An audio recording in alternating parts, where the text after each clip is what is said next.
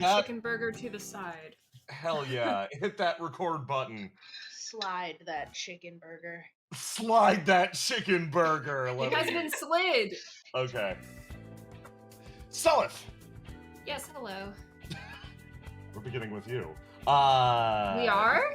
Yes, indeed. I need you to give me a quick rundown. So, this is your day off. What does Selyf do during a day off? Like, you're currently sitting in your apartment, but place the bird. Selyf is sitting in his room, and he's at his desk, and he's doing something. Get over there. There you are. Place. You take your time getting to work on something over in the corner.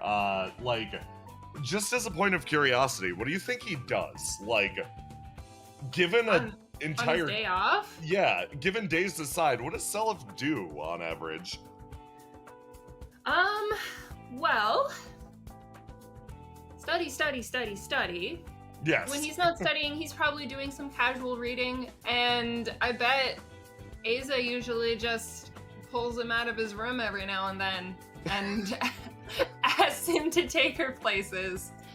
That's normally how his days have been, but recently he's just been in his room. Fun coincidence. There is a knock against the door. Not a knock to say, hey, can you let me in? A knock to say, hey, I'm coming in. Yeah, so the door cracks open as she moves into the room, and like, it's a fun habit of hers. As she crosses the threshold, she noticed that in a lot of cases, people tend to take their shoes off. Deciding to not deal with any of the problems herself, the second she crosses your threshold, she alights to the sky, drifting very lazily through the room. Oh, she's so considerate. She's so considerate, wavy hand, maybe, I don't know. Selyf does not look up from what he's doing. He's at something. She sort of like flutters over, looking around. It's like, encroaches, and then getting almost like a little too close, stating at I am across the room volume, Cassius left some breakfast upstairs if you're interested in it. Did she yell this? She says it like she's over here, but she's in your face. Okay. If that's the case, then okay, he's got like a quill in his hand. Yeah.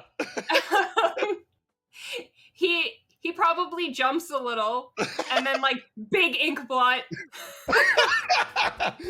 She immediately stumbles backwards and she's like, oh, wow, okay, sorry about that. Not used to the whole audio expulsion of noise thing. Moves back in. He just sort of looks at her. One more time, please.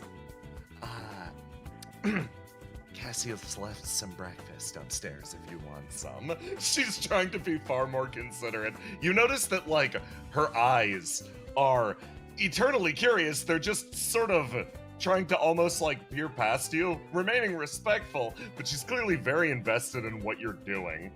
No, he's not blocking the view or anything, so... Moves. Oh, what do you have there? You look down, and Selyf has spread in front of him many papers. And on all of them they look like drawings, but specifically they're drawings of like different ruins and different circles. Oh. And he's got a couple books open as if referencing them. Ooh, what are you gonna do with these? She's suddenly very invested, fluttering inwards, trying to see if she recognizes anything. She's gonna... I mean, I can just tell you exactly what he's doing if you want. She's gonna see if she recognizes anything from her time with Betel Illman, rolls a 1 on her purple, and no. she's like, oh, huh. Some of those seem kind of familiar, but oh I man, should hope so. I wish I paid more attention. She floats back. He's copying down different types of summoning circles over and over and over. Oh. Huh?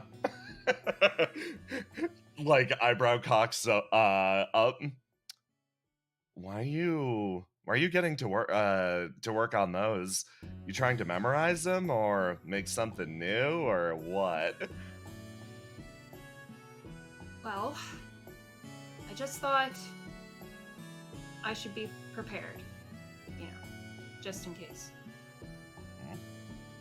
She sort of relaxes, and then the feet do touch down on the ground, and she leans on the desk and is like, case of, what? Well, how long ago was, the beta session? Let's Events. say, let's say a period of 3 or 4 days. It's been a few days since then. You've had time to gather your thoughts and obviously your resources afterwards. Mhm. But it's still very fresh in mind. Exactly. Well, in case something like that happens again. Her expression falls, and she seems to like scan pretty deeply into your eyes. Well, do me a favor. She floats backwards.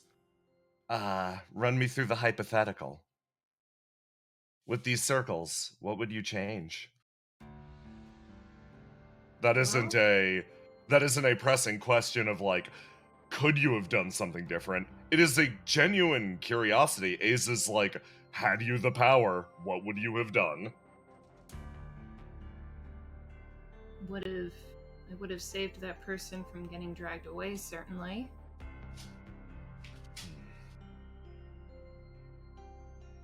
She sort of tilts backwards. I see. Even if it meant forging a new contract. Well, why not? It's within my power. Asa seems pleased by that response.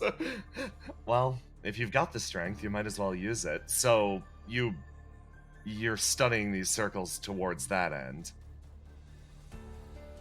It's just in case. Just in case. She moves backwards as if satisfied by that answer. Well, I'm sure in the future, if things keep up as they have, it'll be better to be prepared and to never have to use it, but she sort of scratches the side of her face.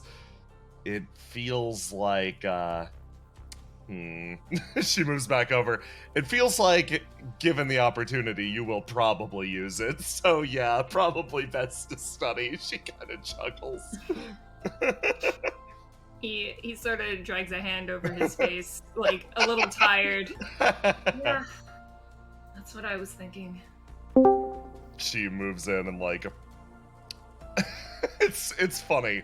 She like you notice that she actually has something palmed in her hand, and she's like, "Here, if you've got a second, give this a shot." She puts a rock down on the table and then moves backwards slightly.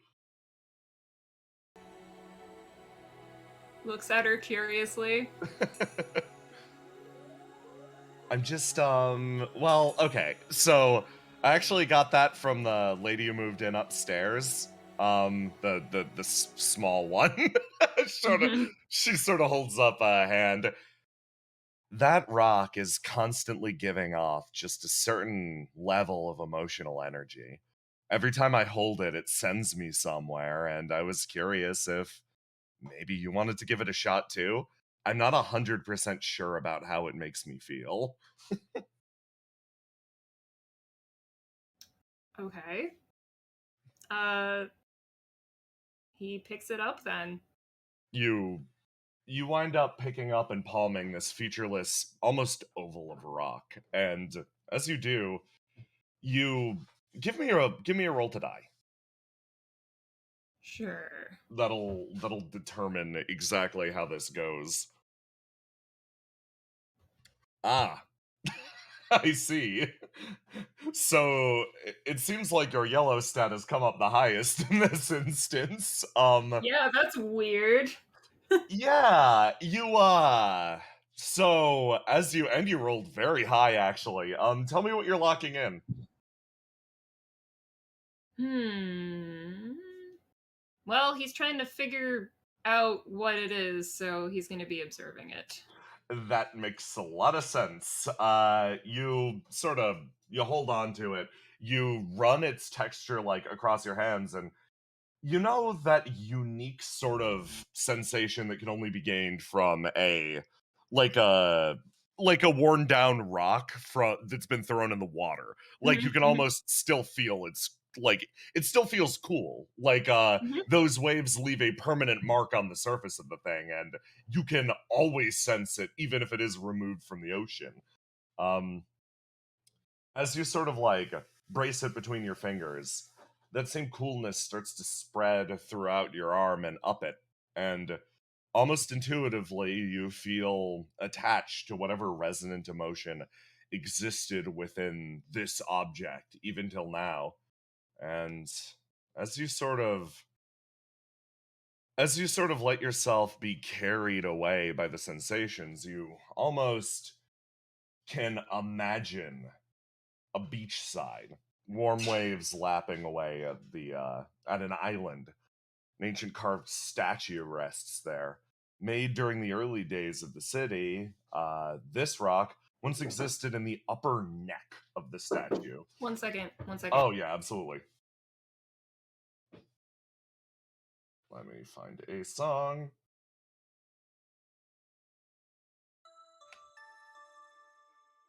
Okay, sorry. No problemo. Um, yeah, during one of the various upsets within the city, the stone that that this rock belonged to was cut away, cast into the ocean, and eroded over years and years and years. A lot of care went into this thing's construction, yet it sort of rested forgotten for decades in the water. And even now, a certain expectation exists within this stone. This is a statue that was once created in honor of the noble families in the city, but it was left featureless, sort of set to rot at the bottom of the ocean waves. Now it's lost all definition, and even the history that it was associated with has eroded away. A strange sense spreads throughout your arm, up taking root in your head, and it almost washes over your body like a cold bucket of water. And let me drop you back on the correct map. Here you go. Asa sort of like watches your expression very carefully as you have this sensory experience. He furrows his brow a little bit. Do you think he would recognize whatever thing this is? Yeah. I think at this point you'd be able to note the phenomenon. It's something that you're actually relatively used to thanks to Daringway's various classes. Yeah, Daring Way. Yeah, he pays off somehow. I mean, somehow. I resent that. Your various classes have taught you a thing or two about how runecraft works, which is mostly it is what makes runecraft so special is it varies based on where in the world you are. Different areas and different locations have their own sort of specializations. Every rune has a different meaning. For example, a talisman made in a far off land of the faith of that land won't work over here or won't be nearly as effective.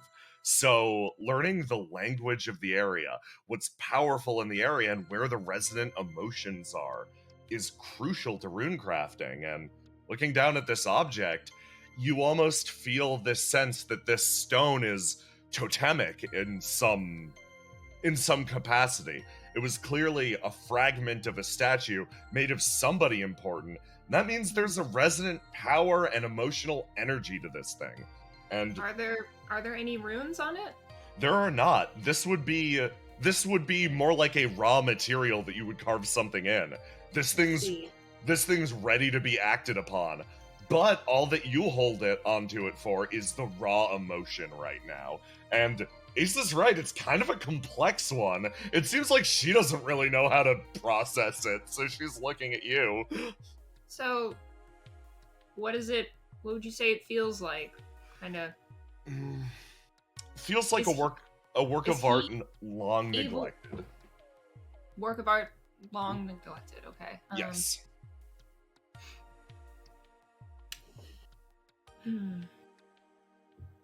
Well, you are right. It's very complex, I guess, is the right word. Yeah, I'm struggling with that one.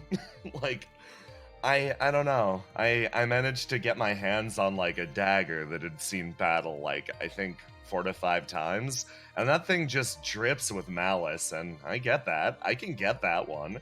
This one's a little more subtle, so... She's still looking at you. I would say... probably melancholy. She moves in, and sort of, like, holds her hand out for the, rock again. He places it in her hand.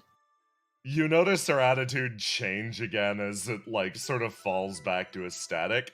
She holds it there and, like, almost like a sommelier will, like, taste the wine.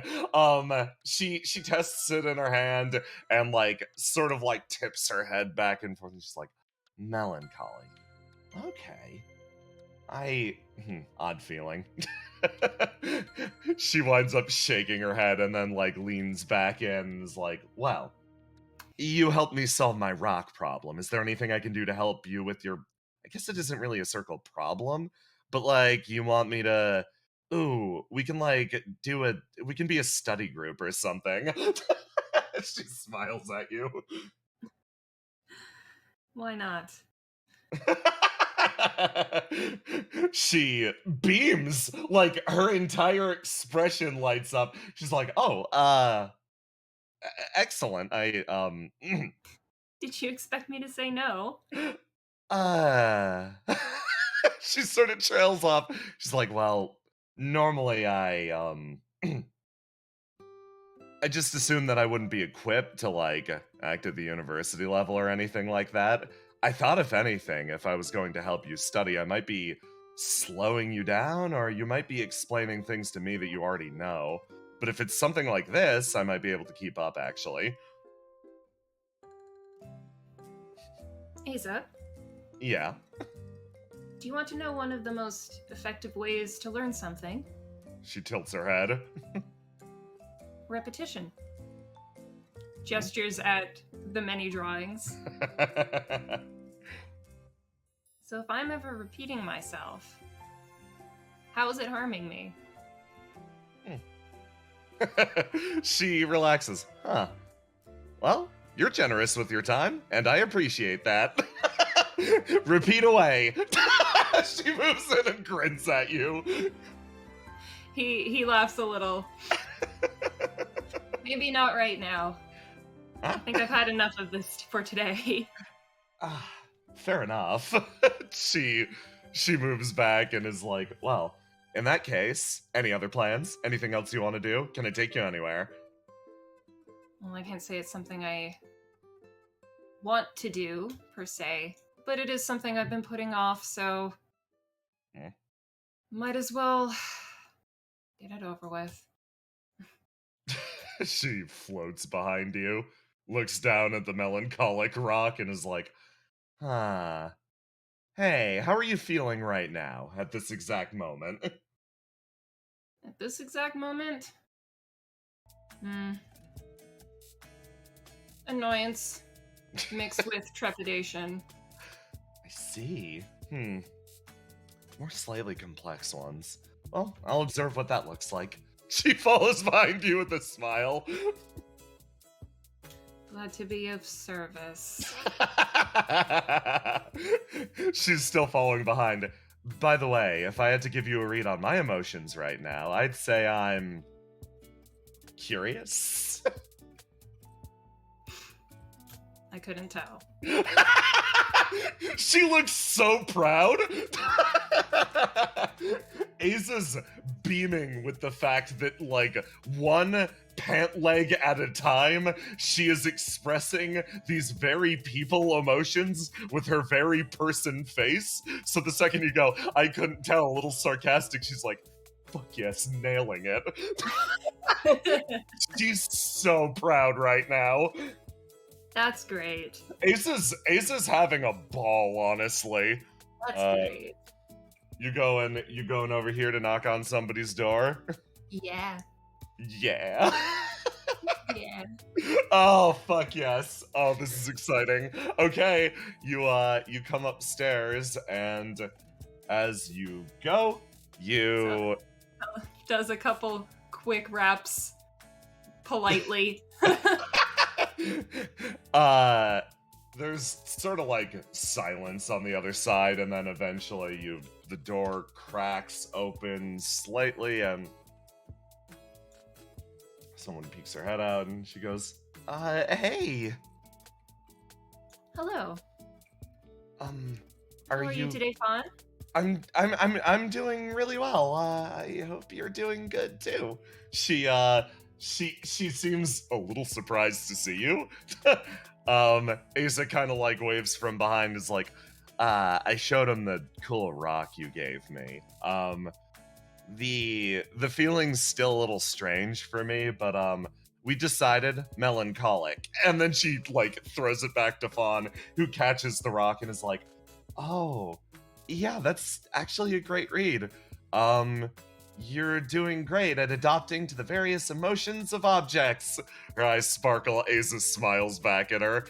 Like, well, this one was a little harder than the last one, but yeah, thanks for the assistance. Fawn's like, yeah, of course. Looks over to Selyf. What can I help you with? Do you want to borrow any of the items I've got in the back? No, I was actually wondering if your partner was at home. Oh, yeah, I can go get her. Yeah, be right back. Door click. Asa sort of sits there, looking at the door, looking at Selyf. It's like, I don't think these apartments are very big. I wonder what she could be so involved in that it takes a second to go get her. I'm making it not part of my worries. Asa like nods like, huh, oh, yeah, I guess you can do that. Door clicks back open. Okay, do you guys want to come in? If you're offering. Of course, please. She sort of gestures. Asa moves behind you. In I go. In you go. I've got to set something up really fast. This one. Over here. Oh, God, yeah. You're gonna see a sight. Oh, yeah?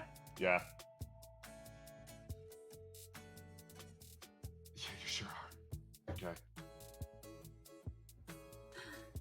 Which bird, Nico?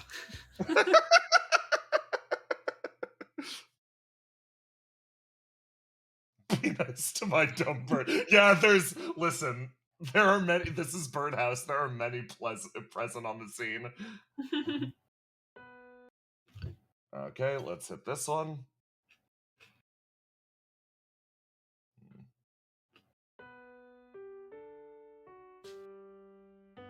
You come inside, and as you do, you're greeted by a really, really Spartan interior. Things are pretty quiet on the inside of this apartment. You know that, like, sort of indelible feature that comes from an apartment that someone is going to move into that's quickly just almost banished from the place by their actual presence? that still exists here. This feels like an empty apartment despite the fact that there are people living here. However, there is one quality that actually completely upsets that. The far side of the room, you notice the bird in question is sitting here. Spread out in front of her are a wide variety of different fruits and vegetables, one of each. Just this almost like overflowing cornucopia of different goods that you haven't seen before. She's examining all the fruits very carefully on the counter. Kestrel sort of like looks up and is like, "Oh, welcome to my apartment. Do you want any fruit salad?"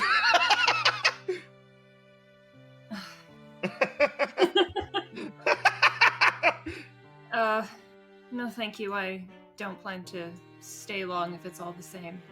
Kestrel nods and continues examining and chopping different fruit. Is like sort of like cocks an eyebrow back over to you and is like, "So, what brings you here today?" Well, I am here to admit to a mistake of mine. Kestrel sort of like looks away again and just goes quiet, and there is the loud chop of a zucchini on the far side of the room. I believe I have judged you poorly and accused you of things that were not quite accurate, and so I would like to apologize. His expression like looks over to you for a sec. Fawn is staring at you with a, "Oh, Kestrel, we're dropping first. You don't get to choose your nice person stat automatically." "Oh, okay." Fawn is looking between the two of you, like worried. She's like, uh-oh. Aza's just fluttering behind. Aza's expression hasn't stopped being that same, like, "Oh, I want to see where this goes," the entire time. Kestrel rolls orange and shockingly almost like raises a hand and is like, "Well, if you're apologizing," like looks away, "I did very little to rectify the situation on my own end." He looks back down and just like shakes his head. Maybe so, but that still doesn't excuse my actions. Another loud chop. Fawn shifts back over this way. Kestrel like looks over to you and like sort of like then gestures with her head over to the table with the two knives sitting on it. They're still there. The evil. Kestrel like shakes her head and goes, "That night, I have to admit, I was a little worked up.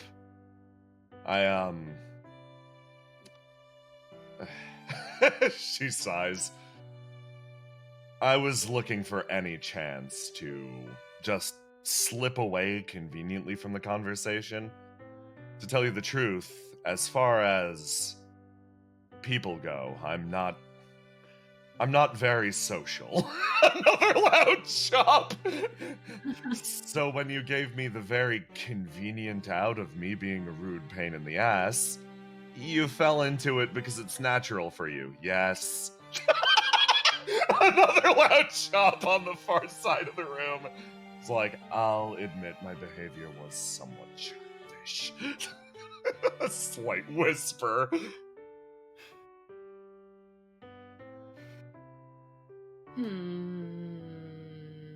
Considering a response.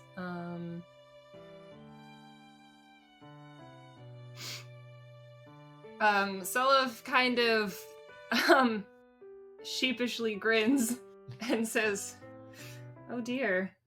The point of me coming here was for me to admit things, not you."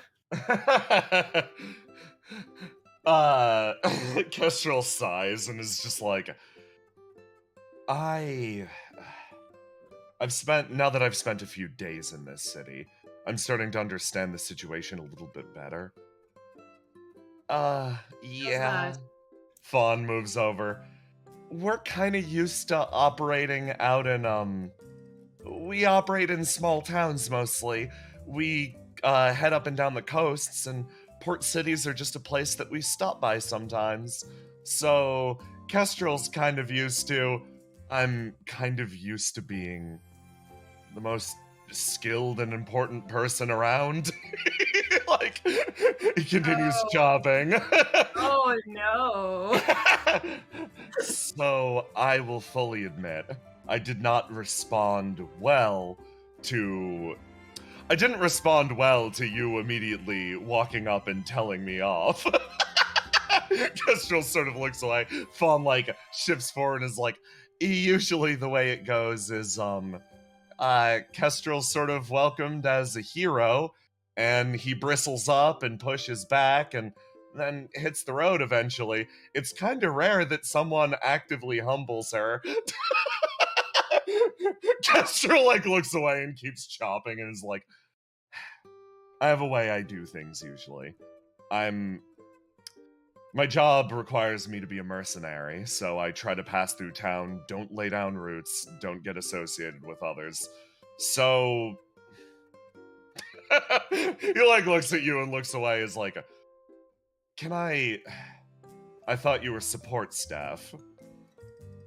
That's a weird term to be thrown at you. Yeah, Selyf is just kind of standing there with his eyes a little wide, head slightly tilted, and just sort of says, "Is that really the impression I gave off?" He points at Asa. It's specifically, how do I put this? Exorcists, when we move through towns, tend to contact people of note in the area. Mages, rune carvers, alchemists.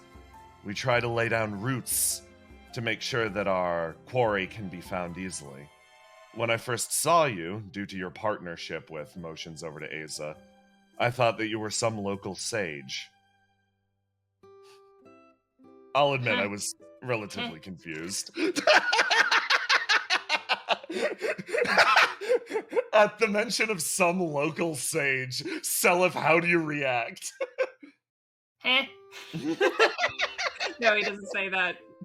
Kind of little flustered looking, like, oh, no, I'm not nearly someone so important. I'm just a student. Oh dear. She looks back over to you, like, it's like, I've since been filled in on the situation since then, but I was operating under something of a misunderstanding, so yeah, I probably could have done something to clear that up. Fawn nodding a little bit, it's like, yeah. Like, she like looks at you again.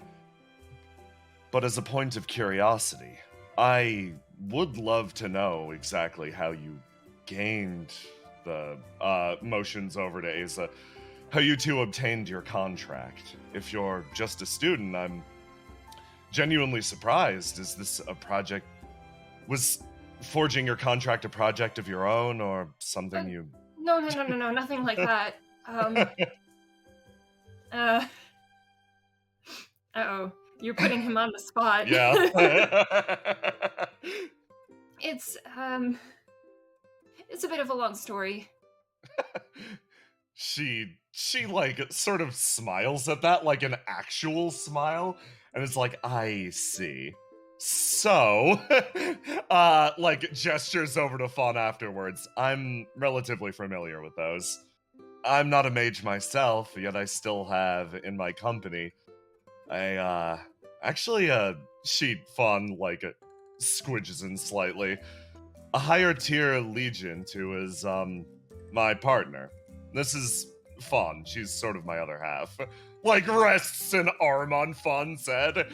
Fawn's expression lights up and is like, yeah, though Kestrel isn't exactly a magi. We worked things out through, points to the tattoos running up and down her arms. So a contract was still possible. Though she didn't summon me. She just found me. I see. Like, sort of leans in again and is like, I'm curious though.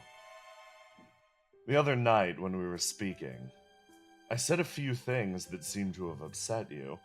I'm curious. Where were the lines drawn?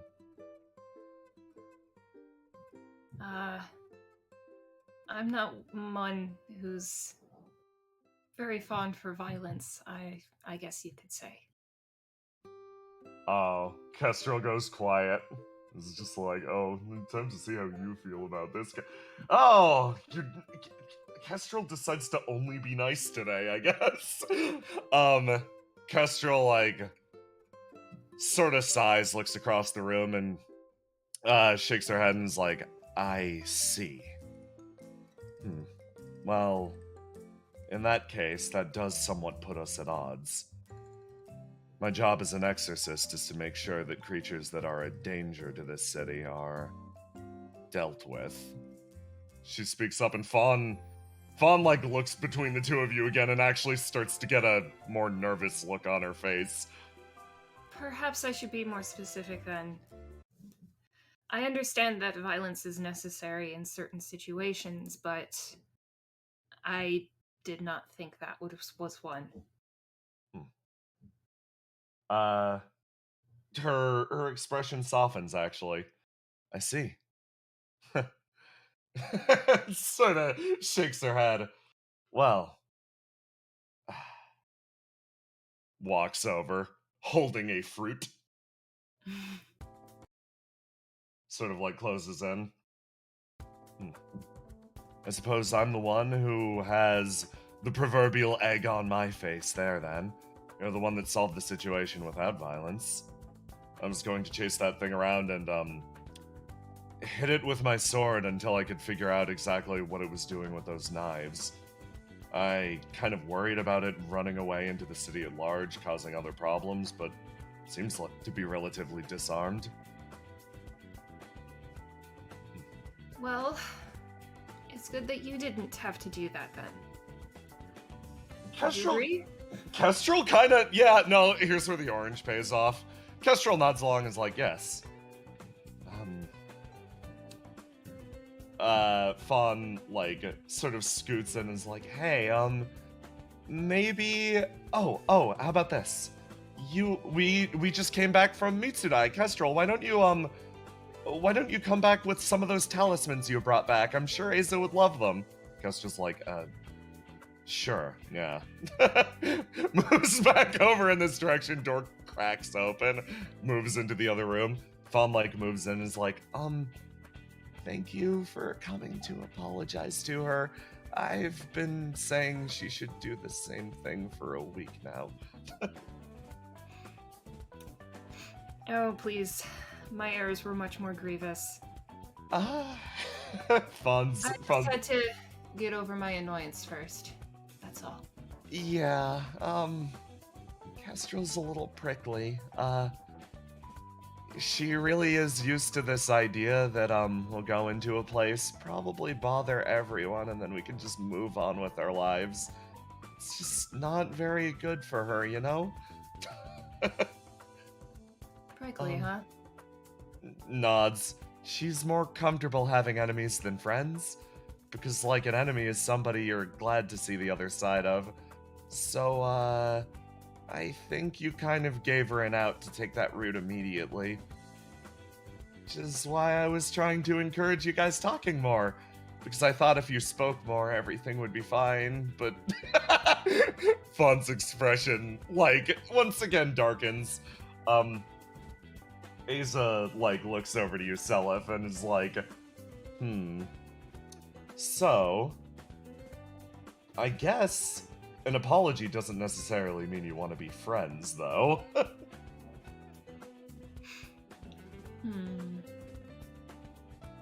Selyf just hums thoughtfully.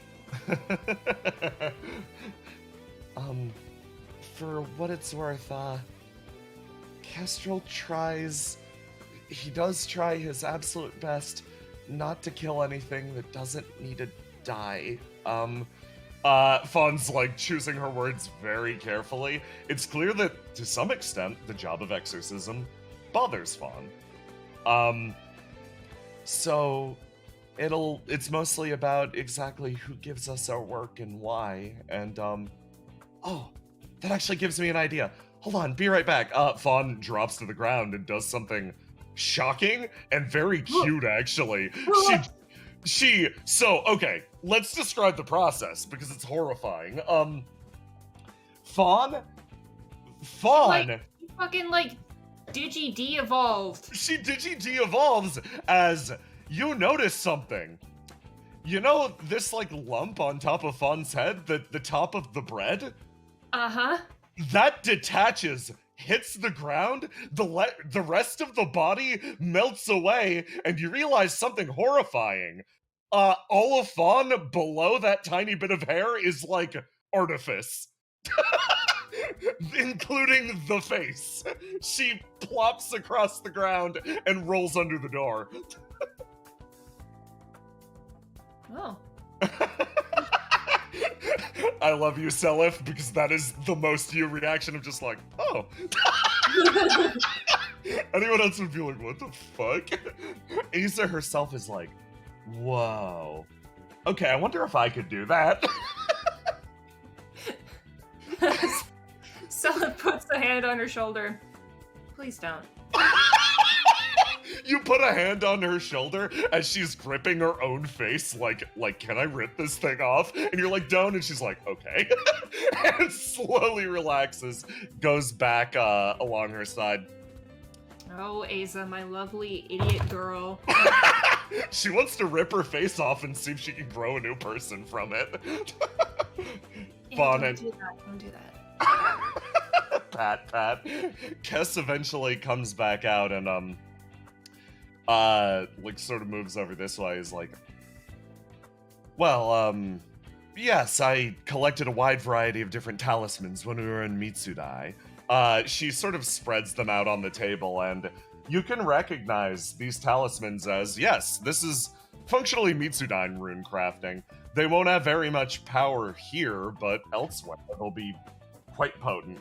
Kestrel sort of scratches the side of her head, a little frustrated. Normally, it's the process of an exorcist to collect the local sort of tools of power. Different locations have different magical artifacts that are potent only there. In Mitsudai's case, the language that's currently emblazoned on these talismans is functional over there, but when we would arrive in a new country such as this, we would trade them for more local items of power. The exorcists sort of operate by an information network. I see. Very interesting. Is there anything written on these ones? Yes, absolutely. Yeah. This isn't a language. Read them? Yes, this isn't a language you recognize, but given a little time to study, you feel like you could figure out how to make talismans. Wow! If you want them, please feel free to help yourself. For me, they're just useless paper. Are Fun. you sure? Glimmering. Of course, consider it my way of, apology. She, like, sort of awkwardly states, Fawn, like, jangles her slightly. Hey, Cass. Yes? Do you want to, like, moves in? Cass, like, blinks a few times and looks over to Selyf and is like, so, I'm not from this city. I don't know the area very well, so I've decided to associate myself with, the Tide's Edge to capitalize on their information. My assignment to the university was also provided by the Tide's Edge and coordinated with Headmaster Daringway. She, like, sort of, like, brushes the hair out of her eyes. if you have any concerns about about the university, or any curiosities related to protecting it and maintaining it, that business is mostly in the hands of Julius Tier and Headmaster Daringway. If you want, I could register any sort of a concern that you might have with either of them. Well, Looks back. I don't have any concerns at the moment, but I appreciate the gesture. Sort of smiles, and then actually sits down on the couch and goes, well, I might have mistaken you at first as something other than a student, but do you have any local expertise? Do you have anything that could assist us here? Specifically, if there's any sort of most locations have spirits, whether they'll admit it or not. Beneficial gods or creatures that exist as part of the fabric of a place. Are there any sort of creatures around that you would consider non-dangerous? Helpful. She actually leans in and, like, sort of folds her hands. Normally I would ask a local expert about this. And I have a few times. But it seems like your own area of expertise is different from that. You might not be a great sage, but just the same, your advice would probably be invaluable. I really am just a student, you know. Kestrel's face sort of like relaxes and is just like, very well. Then I won't bother you any further about that. Looks over to Aza. Aza's just watching Kestrel back. I am just a student, so I can show you the cheap restaurants in town. Kestrel's eyes brighten at that, and Fawn's like, ooh, yes, please, actually, please? Sure. Consider it my open gesture of apology, then. He seems relatively pleased at this. Fawn seems extremely psyched. Aza looks at Kestrel. Kestrel looks at Aza, and Aza goes, Kestrel, like, sort of like shakes her head, looks at Aza, and, states pretty pointedly, well, I have to say, I think you won our little bet. Aza with a smile on her face, What does that mean? She sort of smiles and is like, oh, are you gonna make me humiliate the poor guy in front of her familiar? Float. Fawn's like, hey, I might be Kestrel's familiar, but we're partners. Moving over this way, it's like, well, in that case, Selyf's my friend. I would appreciate if you referred to us as such. Kestrel's like, noted, kind of waves a hand. Oh, we got to talking the second that you sent me off to keep Kestrel occupied. Yeah, I sort of made a bet with Kestrel that you'd be able to resolve the situation more cleanly with words alone than he could with that big sword of his. Kestrel just folds his hands and, like, leans downwards.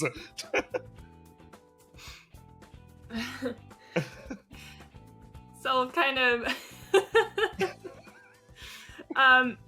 puts his hand to his temple and just says,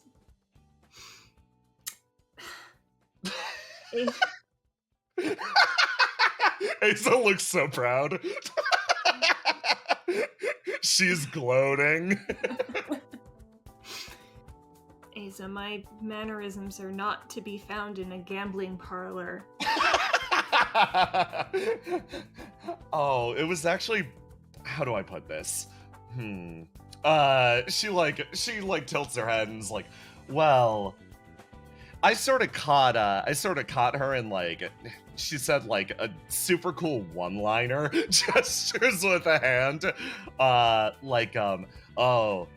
I said, "Don't worry, your partner's going to be fine." And she said, it's not her I'm worried about." Let's out a laugh. It's like, and then I dittoed more or less the same. So it became a little bit of a contest of who was more deserving of trust. Exasperated. Fawn is like, what? She's upset. She starts to like move over this way, and Kestrel's like, I mean, yes, I trust Fawn. I trust you implicitly, obviously. Like looking over here, and she's like, please don't bet on me. Starts whacking Kestrel repeatedly. Asa just looks proud, having won.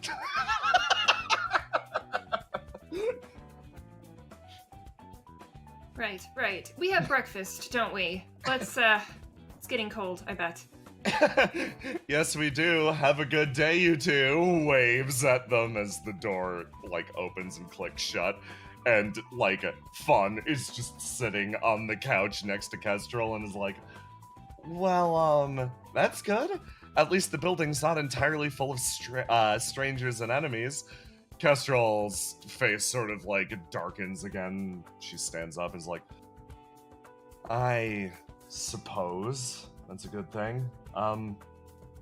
We're going to go out to restaurants, right? Yep. Sort of, like, moves over to the door. Well, I'll get dressed. Fawn sort of, like, sits around and is like, I hope she's making friends. Moves into the other room. Door cracks. Shuts. So, Amy, what next? I don't know. What do you want to do? Ooh, I want to put them at a restaurant. Oh, okay. Do you want to? I gotta say, that went a lot better than I expected. Kestrel rolled only orange, which is I've decided to be a human today. Stats. Okay. Instead of black and white, which are you know what? I'm just gonna be a prickly pain in the ass. I'm gonna roll for something. I'm gonna roll for another thing because that's not polarizing enough. That's fine. Okay. I'm going to drop you at a restaurant, and Kestrel's work friends are gonna show up.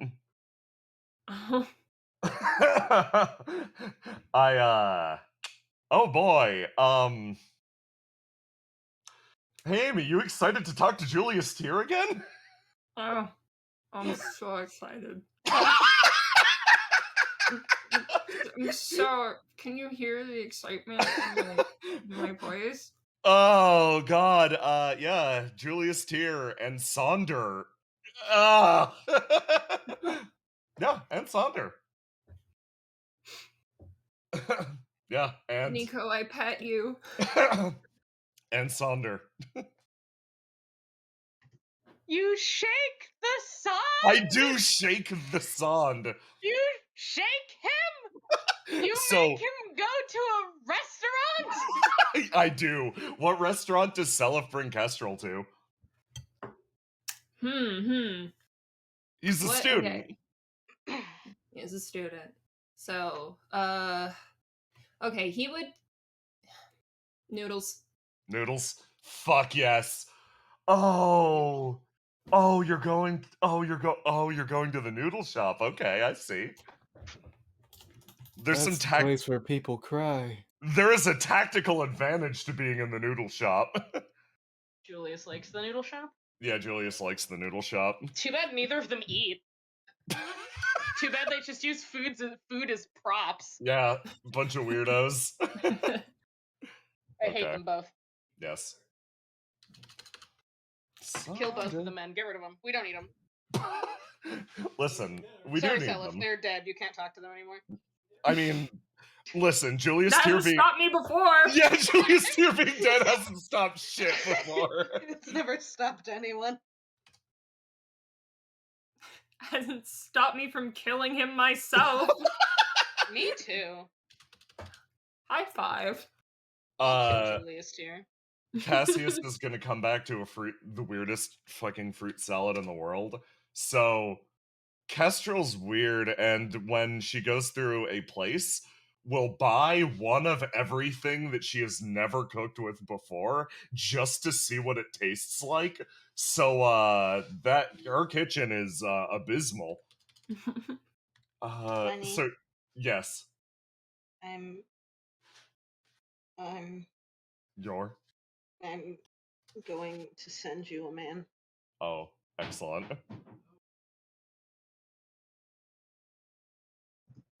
And man accessories. Ah, I sell men and man accessories. yes. Okay, let's play this one. No, this one. Hmm. It's not all of the accessories, but I'm excited about them, so I'm sharing them now. Eat them. Shove them into your mouth. Thank you. Thank you for this meal. Let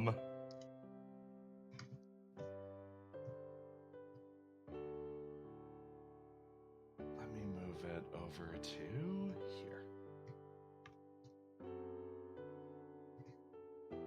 here. Kestrel's like, at the very end, loudly slurping the noodles, and lets out a call almost immediately of, "It's been a while since I've had something like this. Last was... No, it was Mitsuda. It was pretty recent. I guess. We didn't have much time to enjoy it." Yeah. Fun, like, peeks over to the side and looks at Self and is like, last time we had to rush down to Mitsudai because there was an ocean spirit that was robbing granaries. And, we, in the middle of a big meal, half the town got washed away, and she's sort of like gesturing with a big spoon that's slopping broth everywhere, and Kestra's like, come on, hold it still.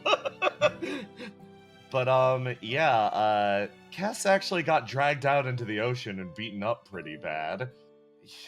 New collection of scars, yes, yes. Looks back over and starts to eat the soup again. I'm trying to say it's good, and I'm glad I'll be able to finish this meal. Well, good. Fawn seems really just pleased at all of this.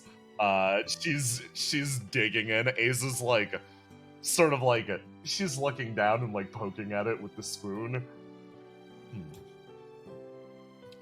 It's warm. That's what she registers. Good job, Isa. Yes, it's warm. So This proud is of you. This is a positive thing she registers. Like, she doesn't go past the flavor or the texture. She just registers that it's warm and likes it. That's it. I'm so happy for her. Ace's, she's picking stuff up. And eventually the door cracks open and... These two come in. Tyr leading the way is like, well, don't worry, noodles are on me.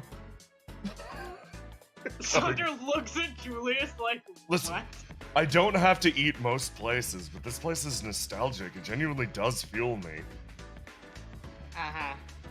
This is my favorite city in the this is my favorite restaurant in the entire city. This is my favorite city in the entire restaurant, says Julius Tyr. Julius Tyr.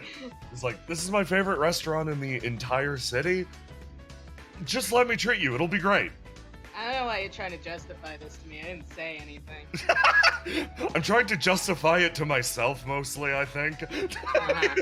He's sort of like, he walks in, kicks his shoes off, moves in. Notices like, oh, full house already. Eyes cast along these four in the corner. Eyes. eyes meeting. So, Turns back to noodles. Kestra's like, there's my boss. And Tyr's like, there's my recently There's hired my bird. yeah, there's my recently hired exorcist. I'm going to, do you mind if I take a seat? No, it's fine. Uh, Selyf, if it's not too much trouble, would you mind moving over one seat? Kestrel does something funny. Grabs Fawn. Fawn collapses, sits in Kestrel's lap, Aw. and starts to eat the bowl of noodles from here. Oh, baby. Yeah, no problem. Quietly scoots over. Aza quietly scoots over as well, slides your dish down to you. Tyr moves in and then sits down next to Aza, that is a stomach churning moment, is the best way to put it. Yeah, you're kidding. He sits down next to her and sits stock upright. Sonder, vibe check immediately. Yeah, vibe check. He comes in, spots Selyf, pauses for a second, and then is like, and then chooses not to engage once again. It's like, all right. Vibes down the line. Tyr is sitting next to Aza and is just a cocktail of emotions. Actually, you know what? I think he doesn't sit there. He pushes Tyr. He just rudely relocates Julius. The vibes get better immediately. Thunder just rudely is like, no. Tyr is like... Thunder, you're amazing. Tyr gets shoved into the corner with not a small amount of protest, to tell you the truth. You grab him and he's like, what do you want? What's up? I can lend you money if you need it. And then you shove him! Offering Sonder money. What the He fuck was is wrong he with was you? offering to pay for your meal the entire time. Yeah, and Sonder's like, I'm not gonna stop you because this is obviously something you want to do, but I feel like we've been in the same place while you've watched me pay for things, so I don't know Yeah. why you want to do this so bad. Yeah, no, and you just shove him into the corner immediately. Tyr's complicated feelings start to die down almost immediately. Aza's feelings, on the other hand, they're pretty clear. She's very clear-headed about all of this. She mostly wants to see what these two are up to. How Selyf is going to poker prod them. She wants to eat this food, but the second Tyr entered the room, she's watching him. She's side-eyeing him. I don't think she 100% registers him as a threat or a problem, but he's on her radar. Ah, How's he Selyf does. feeling? He does nod to Aza. Aza nods He- back. He acknowledges Aza's existence. How's Selyf doing? How's Selyf doing mashed in here? Do not perceive this bird. Bitch, me too. Oh my god. Then at the very end of the line, these two, Fawn seems to be enjoying her food a lot. Kess, on the other hand, seeing these two join the little group is, so, it's Sonder weird. also does nod to Kess. Sonder Yeah. acknowledges Kestrel's existence. Kestrel nods back to you, Sonder. Kestrel likes you. It's funny. Selyf, if you were not too busy, scrunkling down into the owl ball and not being perceived, you'd notice that Kess actually shifts attitude. Before she was very like, you did the equivalent of catching him like in his sweatpants, where he's just like, yeah, whatever. I'm fine. The second Julius Tyr walks into the room, he's sitting up more straight, like, oh, fucking okay. I guess I'm on the job now. Sonder Julius Tyr. Sonder does not produce this reaction, even remotely. Kestrel seems pretty relaxed around Sonder, to tell you the truth. So there's like an almost silence that hangs over the area at first. This lady takes your order. Sonder, do you order anything? I'm good. Hold on.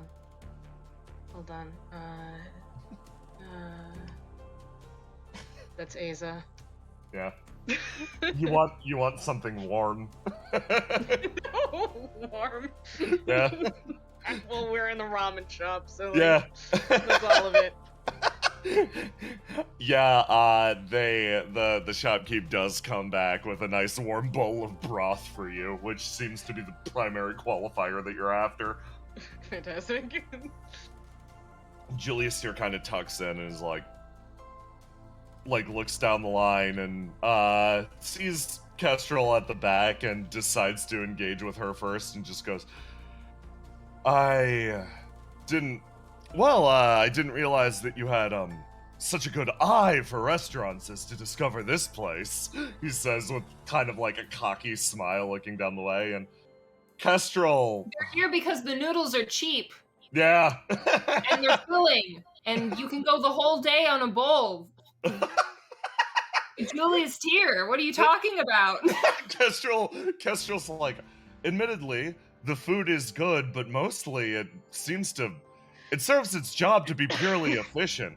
They're deeply comforting, but at the same time, we mostly stopped by this place because the food here is very nourishing. She was like, yes, the most important quality of food.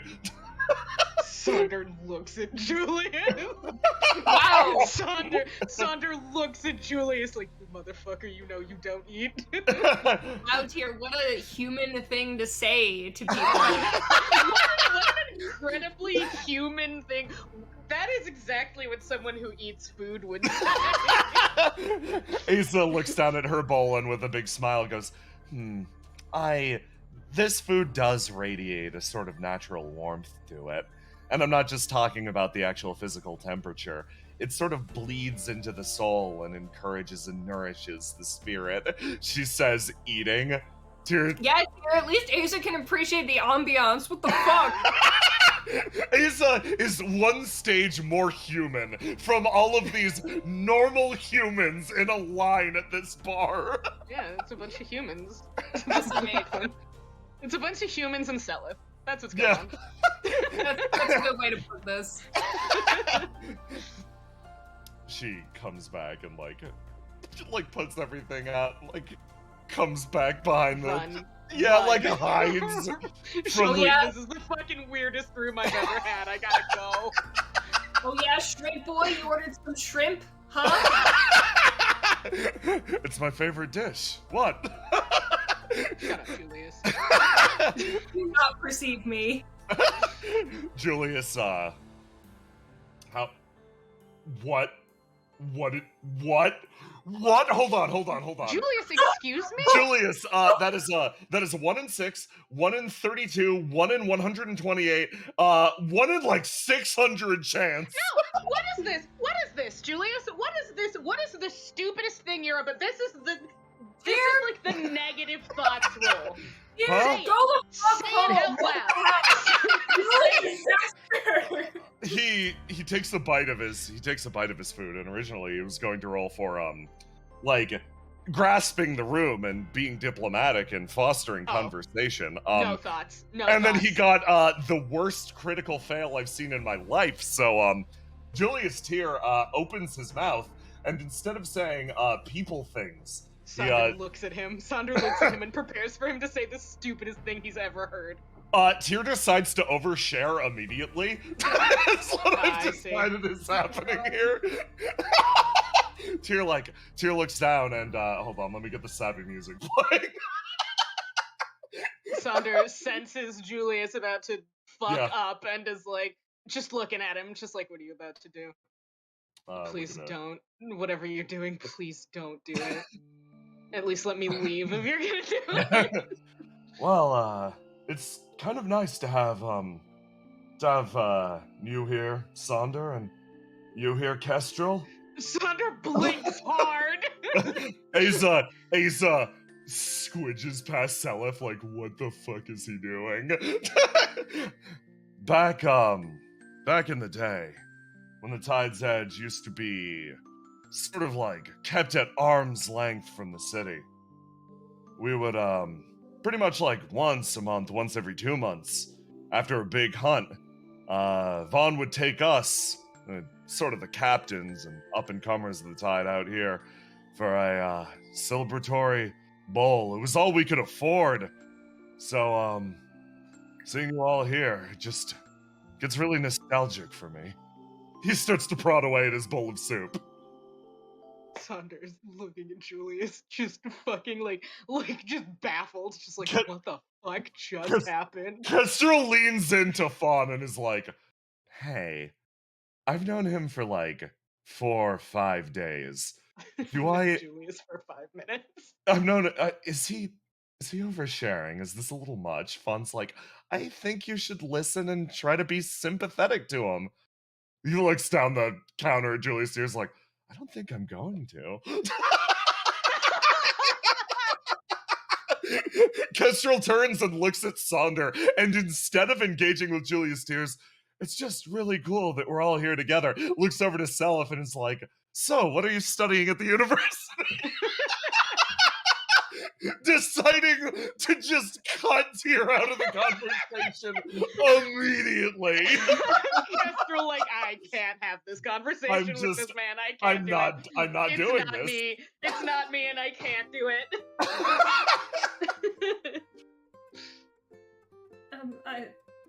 Sonder, like, looks at Julius and is like, are you okay? No. Hey. He's looking at him like, are you...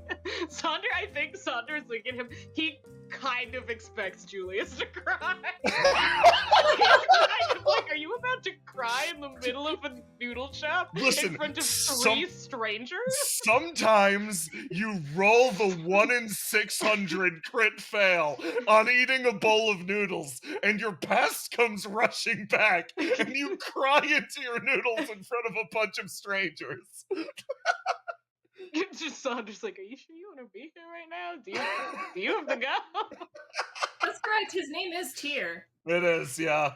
No, Kestrel's desperately trying to engage you in conversation so that he does not need to engage. So mumbles something about history. Kestrel, like, very pointedly, like, oh, that's very interesting. Like, to carry the conversation on. Hey, Tyr. Let's roll again for you. These two awkwardly talk about fucking history class, and Saunders like, do you need help? Oh boy, Tyr just goes, no, listen, I don't need help. If anything, I'd cry because I'm happy right now. Are you gonna cry? Saunders straight up like, we're gonna decide together if he's gonna cry.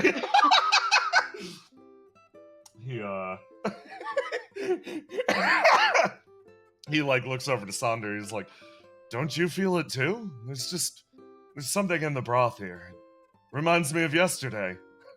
It does bring a tear to the eye.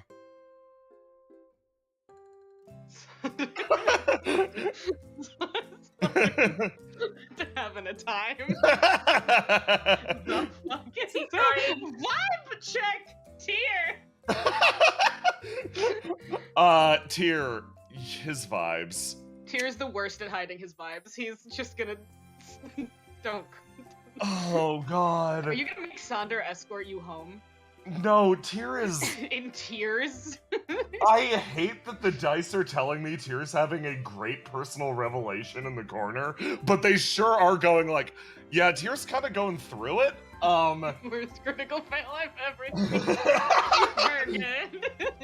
Tyr walked into this noodle shop and decided that this was his big character moment, and is doing it in the corner, independent of everyone else. He's just going for it. Listen, Sonder is trying, but he's not sure what's going on. Why is he so embarrassing? Tyr, like, Sonder's just like, if you're gonna cry, let me know No. so I can take you out of here and you don't Listen, have to cry in front of the owl and the bird. This would be so much easier if Julius Tyr just broke down and cried into a bowl of ramen.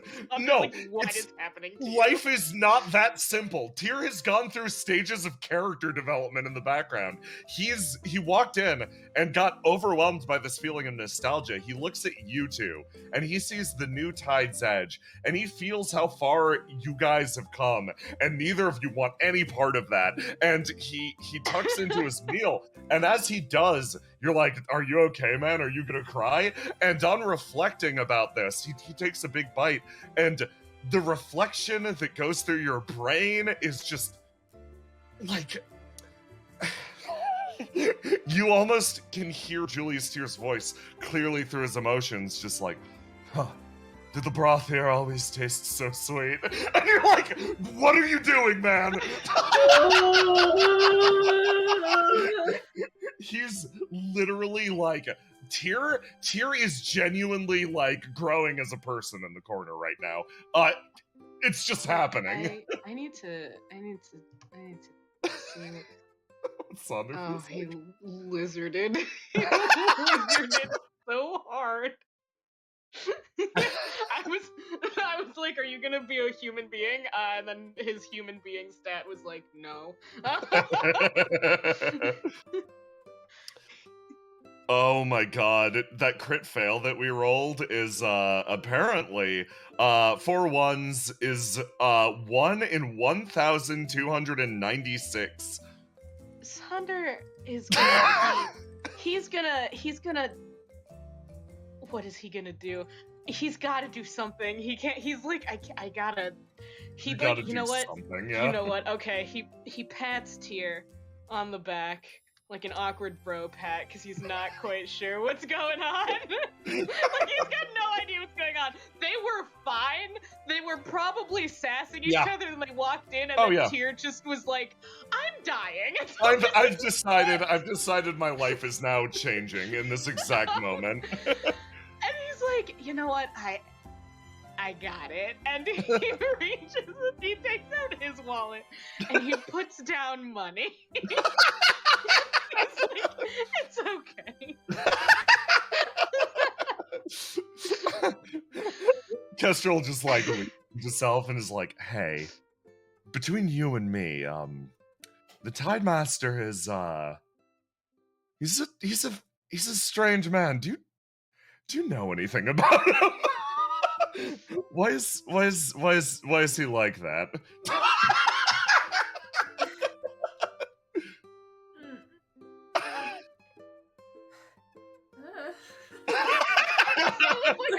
I've known him for 5 minutes. I don't know. I see. You don't know either. Well, good luck to both. The only person in this room who knows Julius Tyr. Well, good luck to either of us then. It's all right, Kestrel. You have Saunders. Saunders, you have a buffer friend. You don't have to talk to Julius. Kestrel like sort of smiles and is like, okay, well, I'll be the one to jump on the landmine. Hey, Tide Master. Yes. He like perks up from his meal. How has our performance been over the course of the week? How do you consider the Exorcist's integration as well as the overall safety of the city? Tyr looks down at his food. See if this dude's distracted successfully. Yeah, okay. Yeah, he is. Is he free? Is he free from whatever he was doing? Tyr is free from his deep reflection on the purpose of his life. He looks down. And he looks down at Kestrel and is like, well, our disbursement throughout the city has been somewhat effective. The various reports that you've managed to hand back have assisted us in determining which areas are dangerous and which ones aren't. The report on this Lord of Lanterns is still concerning, obviously, but at the same time, we need to sort of turn our eyes to the city as a whole again. For example, there's the weird exorcist in the church on the way out of town. There's, apparently the 13th Ward is touting their own exorcist. Literally, they're Ugh. pouring into the city as a whole. Sunder openly like, ugh. Yes, there are a lot of people with the passion to hunt, to assume that they're helping the city by coming in and hunting a wide variety of different creatures. He starts to speak up. Selyf, all of this feels rich coming from Julius Tier. The same dude who just 2 months ago was hell-bent on eradicating the person next to you, specifically because she was otherworldly. It's weird to hear him talk about it, like, from the other angle of, it's our job primarily to make sure that chaos doesn't reign and that a slaughter doesn't occur, particularly amongst a population who frankly does not deserve it. He looks down the counter at Kestrel. This is stark contrast. Yeah, and it's enough to sort of like make Selyf squiggle out of his owl ball a little bit, just out of sheer confusion. But you know, don't look at him. Don't look at him. Sonder holds his bowl. Sonder holds his bowl, but is in fact like, yes, correct. You've learned. It's been just like he's 100. He 100% agrees. He's like, yes, good. The moth has learned. The moth has learned and decided to stop being embarrassing for 7.5 seconds. No, he doesn't expect that. But he's kind of like, he's kind of sitting there like, ah, shit, Julius has been listening to me literally at all. Fantastic news. Julius Tier has had a variety of PCs kick him in his ass whenever he expresses otherwise, and it is starting to get through his thick skull. Kestrel appreciates this. Kestrel puts Fawn down on the counter. And then, like, sort of like scrunkles her on her elbow down and like looks down to Tyr and is like, well, in that case, are you planning on bringing on any more exorcists, or are you going to just leave them to their own devices out in the city? Sonder looks at Tyr. Sonder looks at Tyr and he thinks about the guy they met and his talk of the family that is coming in and is like, ugh. Tyr scratches the side of his head. He's like, I don't know. It depends on who's willing to work with us or not. I don't want to create some sort of militia for monster fighting. I don't want to become what the Tide sort of was, but for the sake of hunting a population of people who are, in many cases, just trying to get by. Yeah. So pleased. He's so pleased. Kestrel sort of sighs and is like, so, you do understand that most of the exorcists arriving in the city are here. They're here for sport and glory. Not necessarily for the nuances of your city life. He sort of nods, looks back down and goes, that's why we need to be careful when we evaluate them. If they want to join us, if they want to work with the Tide's Edge, they need to sort of agree with our ideals. I don't want to turn my organization into a place that harbors people who are willing to murder. It's that simple. If they're criminals, well, we still have some semi-cop-like rights, he says, scratching his head again. They cause problems. We'll arrest them like the... Sunder gets rowdy. Tyr leans in. He's like, they cause problems. We'll arrest them like the criminals they are. Simple as that. Sunder has not actually moved, but like his energy is wild right now. Kestrel sort of like shrugs. Like, well, I leave their character evaluations to you then. I'm not a particularly good judge of the thing.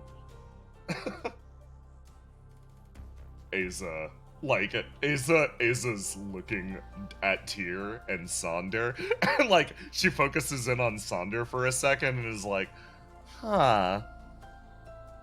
It's weird. this Sunder is feels like himself being perceived, instantly normalizes and locks eyes with Asa. Asa kind of like whispers over to the side and is like, it's almost like he was, how do I put this? He was a small little flame back when we were talking on the beach. It feels like that's grown somewhat lately. Sunder considers this. He looks at Julius. Huh? And he's kind of like, he looks at Julius for a second, and then looks back at Asa, and quietly to Asa goes, nah, he's always been an inferno. A line that would give Julius Tier too much power. So he cannot know it. Listen, it's not his business. I mean, it's about him, but he's talking to Asa. His conversation is about Julius' business. Shut the fuck up, Julius Tier, and he just goes back to eating, and Kestrel, like, shrugs. Goes back to it as well, and is like, well, sort of, like, whispering over to self, that's my boss. You know how... We've met. Oh, I see, sort of, like, retracts back. I assume, based on your demeanor, it wasn't under the best of circumstances. No, not really. Moves.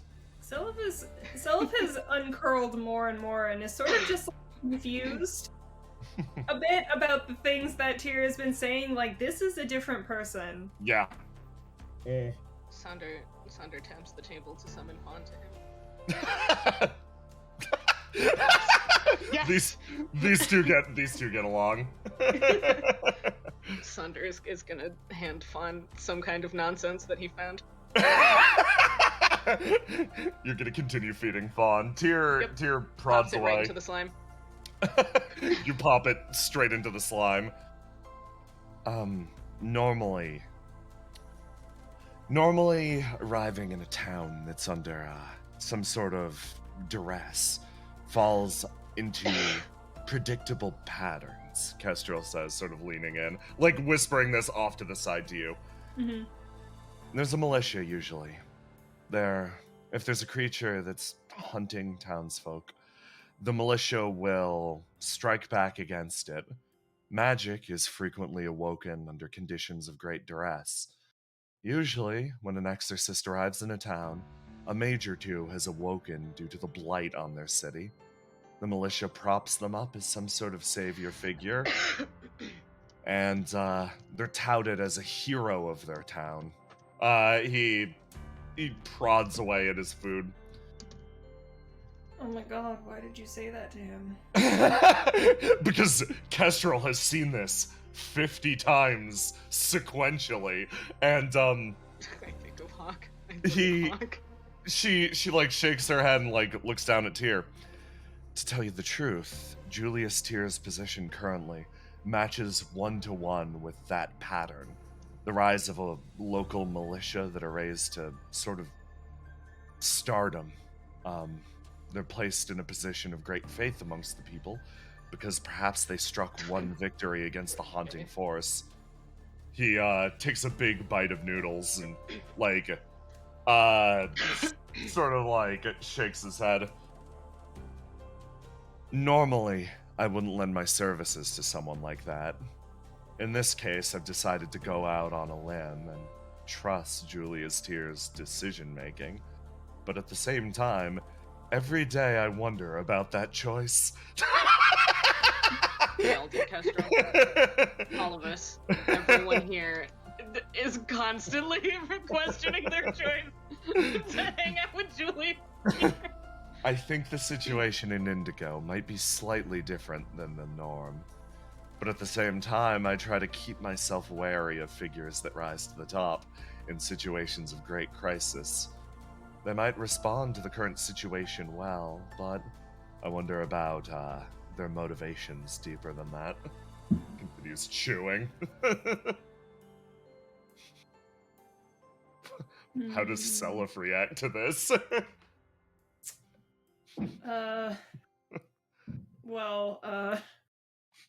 So Selyf is pretty pale naturally. Yeah. It's possible to look paler. Ah.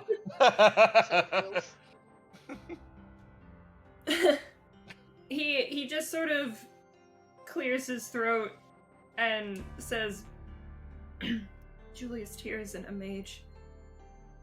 Oh. He, has... You say that, and, he, like, blinks a few times and is like, looking down at Tyr's like, I wonder... Huh, okay, that's different. He relaxes back in the chair again. I've sensed no small amount of oddities around the man, but I'm not going to pry. Not on... Nope, not without his permission. Don't look at my moth. If he's not a mage, that certainly changes the situation, but I myself am not a mage either, yet I find myself embroiled.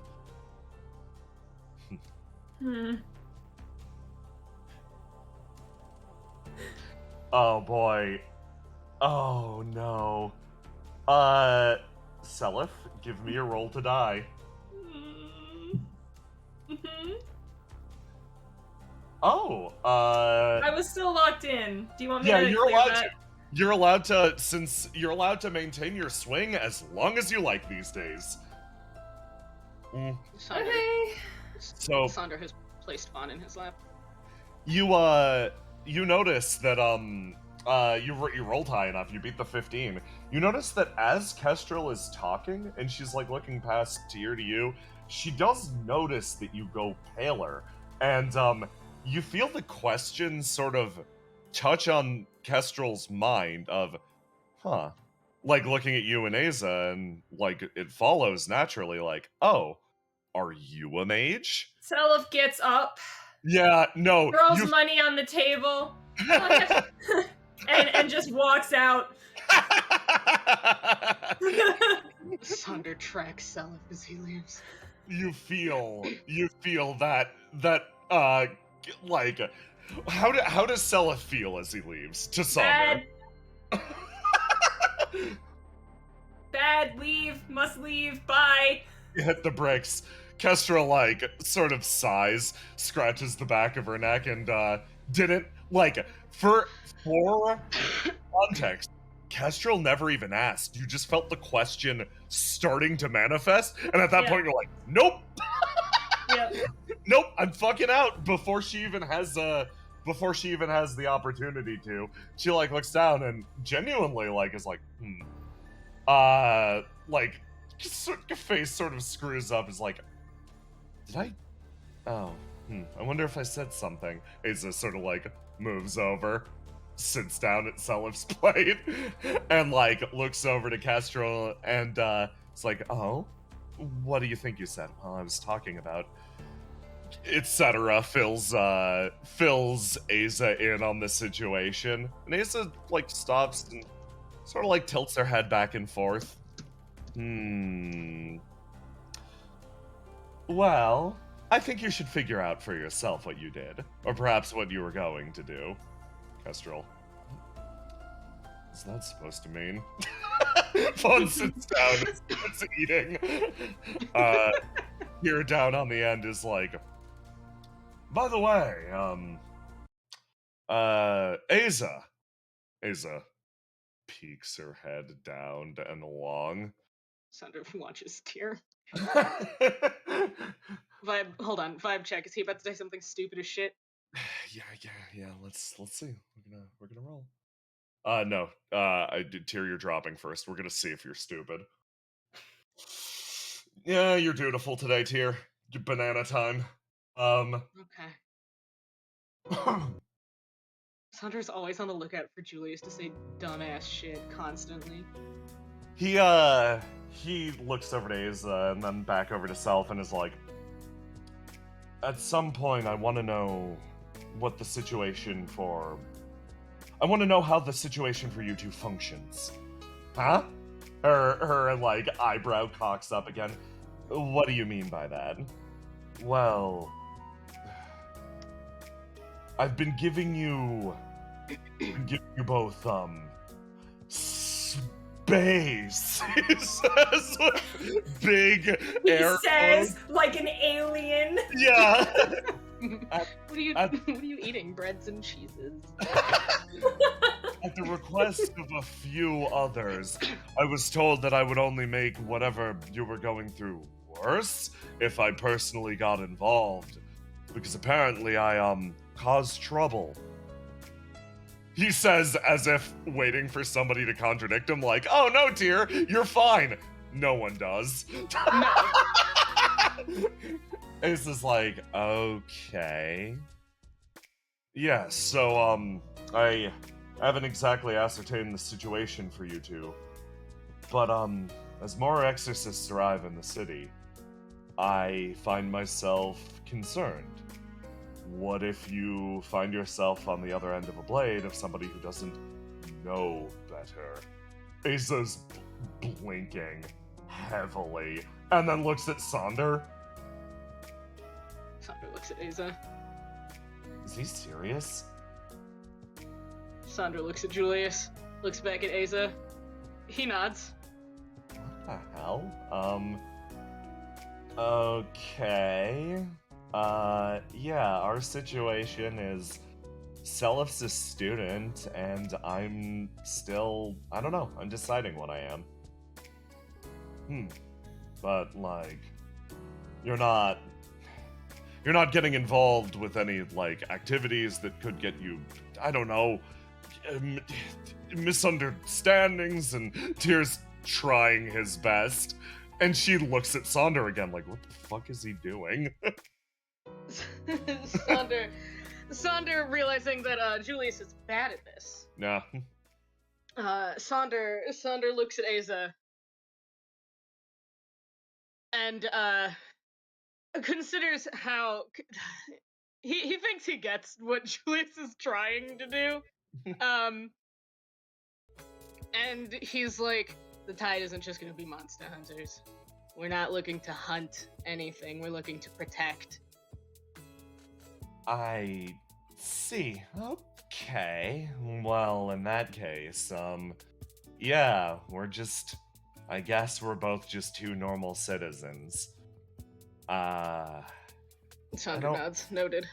I don't want people to exactly know where I am or what I'm doing, but if you could at least spread the word to your people to not, like, please don't, like, burn our building down or something. I don't want to walk outside one day and get salt splashed in my face.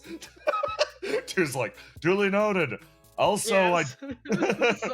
Sonder is like, I intend to make sure they all know what is fair game and what isn't. Yes. Tyr, like, looks back down. Oh no, am I gonna do this? I might. Are you? Is Julius gonna say something stupid? No, Julius is gonna do something stupid. Oh, fucking hell. Julius stands up and goes, well, you all finish the rest of your meal. I need a second. He's gonna go outside. He's gonna go outside. Vibe check Tyr. Vibe check Julius. Vibe check Julius Tyr. Okay. He rolled silver as his highest, which is his, like, determination, biting the bullet, doing what needs to be done stat. Motherfucker. He's going after Selyf. He's going. I knew it. Motherfucker. All right, nope. I knew it. It's like, God fucking shit, damn it. Sonder already threw money down.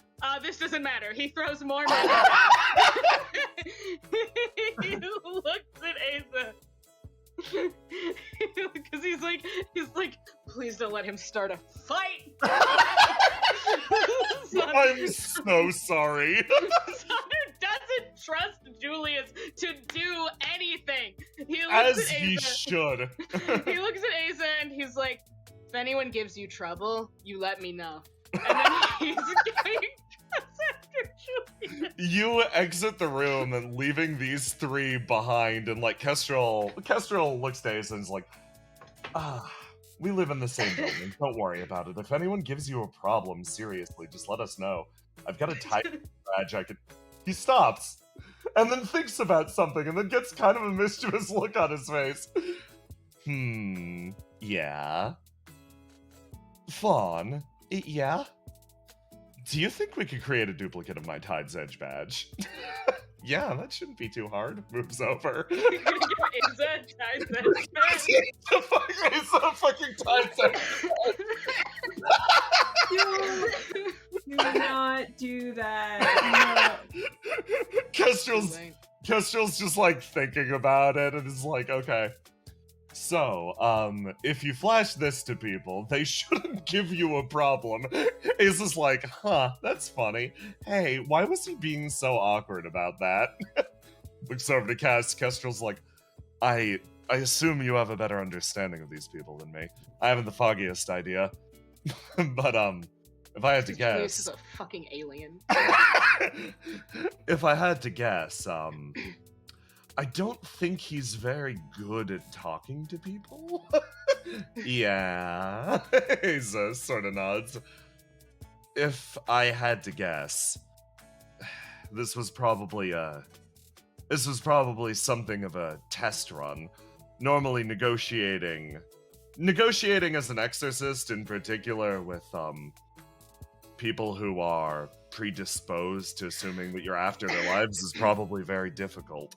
So, based on his rough inexperience, my assumption is that he was trying that, hoping for a positive response from you, so that he could try something more adventurous in the future. Or he just sounds like a novice. Asa, like, leans back in and starts to eat Selyf's food and is just like, I could see it being either, but I guess I appreciate it.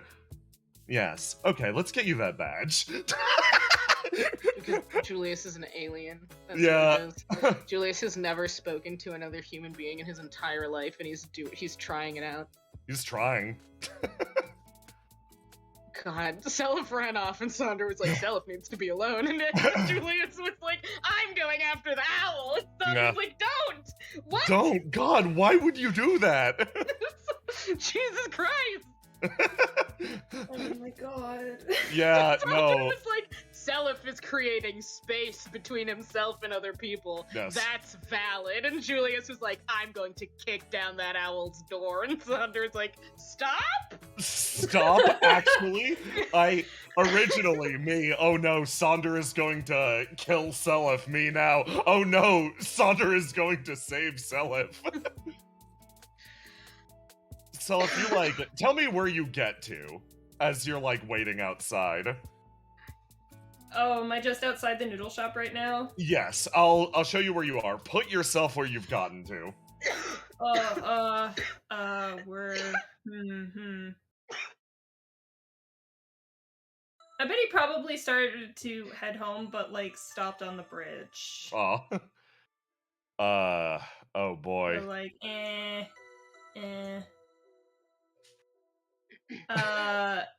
this one. Nice. So as you're like walking home, you're gonna see him before he gets to you. No, because he's looking this way. Oh, of course. Oh no, I'm so sorry, Selyf. You're looking ahead. Tell me what you're thinking about. Good question.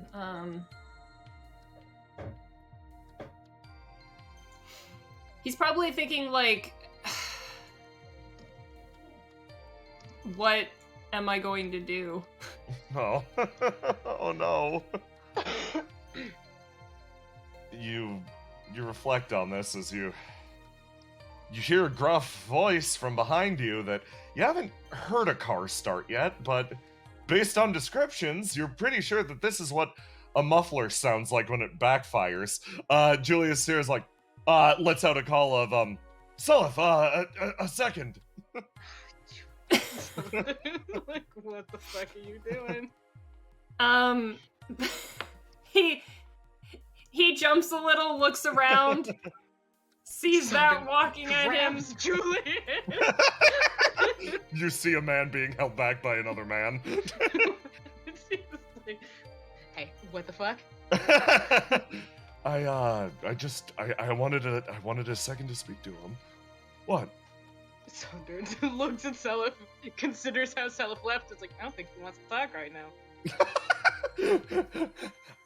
Tears, you say, I don't think he wants to talk right now. Tears gonna roll something. Oh, Tear rolls really high for once and goes, if he wants distance, I'll back off.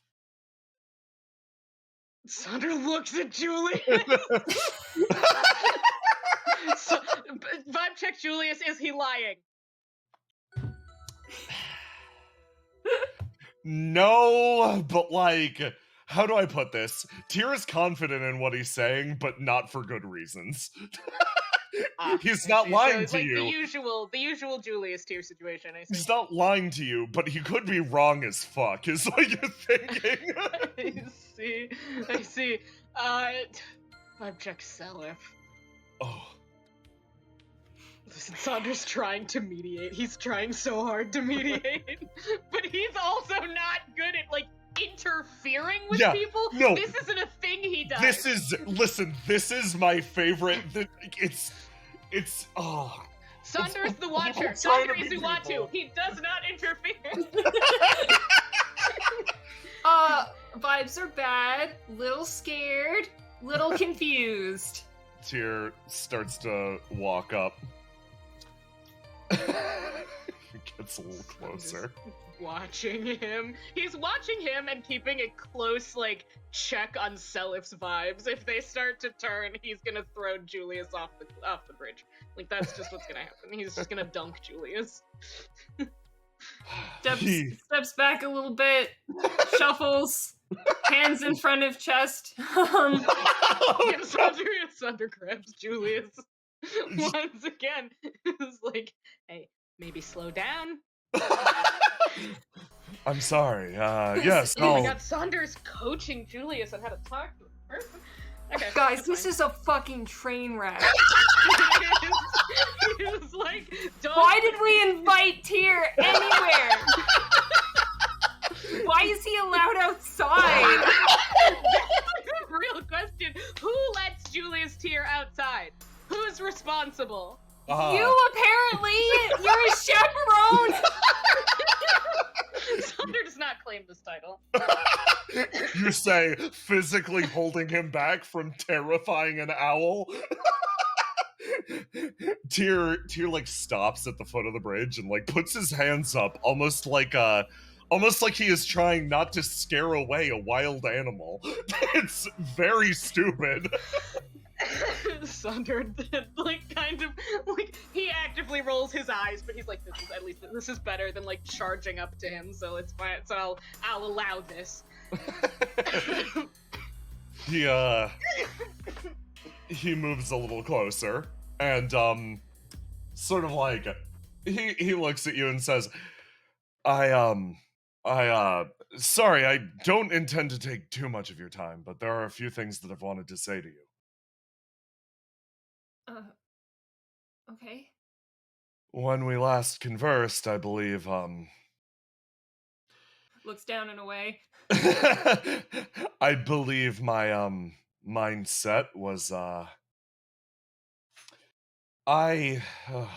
his full body size. He holds out an arm, Selyf, and actually pulls up his sleeve. And as he does, you notice that Tyr's arms they're powerfully built, but they almost have like a translucent quality to them. You notice this on the beach, even though you tried not to make eye contact with the man too much. He holds a hand out to his arm. Due to my current predicament, I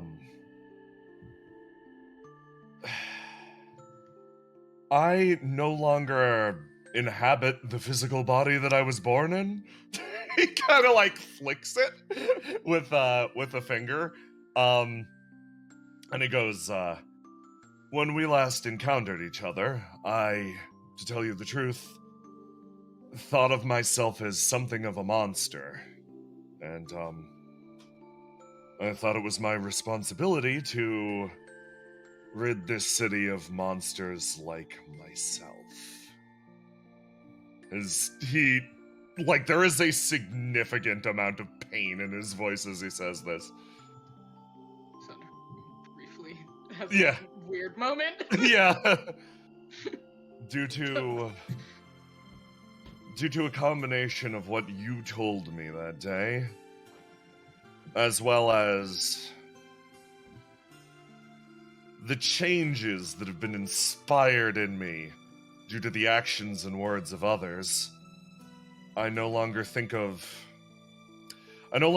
people like Asa that way, and I no longer think of myself that way.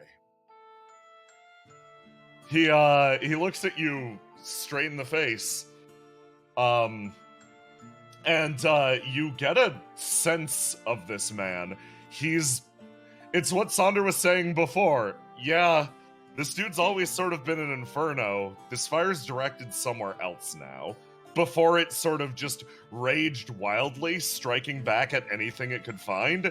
He was like a weird wounded animal the last time you met him. Now he's like he's like he's gone through rehabilitation, and he's still awkward as hell, but it seems like Julius Tyr, at least qualitatively, has turned over a new leaf. He looks at you and goes, I wanted to say that, while the Tide's Edge is, to some extent, aware of your circumstances, I haven't filled them in depth on your own personal matters. He, sort of sighs and hangs his head. Due to the events of last month, I became rather acquainted with Betel Illman, and I know the circumstances that surround you, and decided that distance would be the most prudent thing. He's gonna drop a swing. He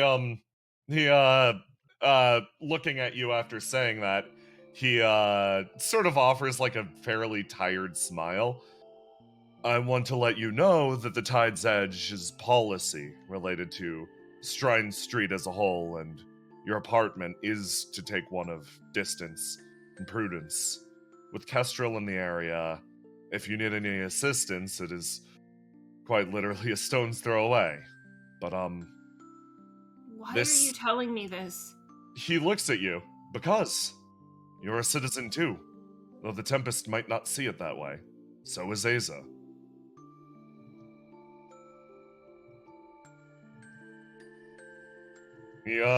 He shrugs. It's my responsibility to protect the people of this city. It just, it feels like the Tide right now are the only people currently willing to see creatures like Asa and myself as citizens. So, he holds out a hand. I'm going to continue to keep my distance, but I want to let you know that this is voluntary on our end. And should you ever need help, the Tide's Edge is more than willing to open its door to you and your unique considerations. Selyf just kind of grips the edge of the bridge and, turns away. puts hand in head in hand. That's how that phrase goes. And just kind of... It's not really what I expected to hear from you. Oh god, Tyr, let's see if you're gonna be a raging jackass. Oh yeah, okay, rolls 4. Immediately you feel that determination boil to the surface again. He goes, oh, what did you expect to hear?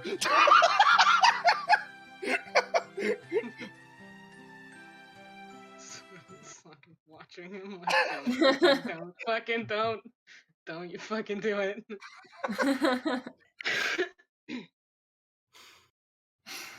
I don't know, really. I guess it doesn't matter, though. Tyr sort of hears that and sort of shrugs. My purview within this city will last no longer than a year. My body will give way and I will vanish into the fabric of this city.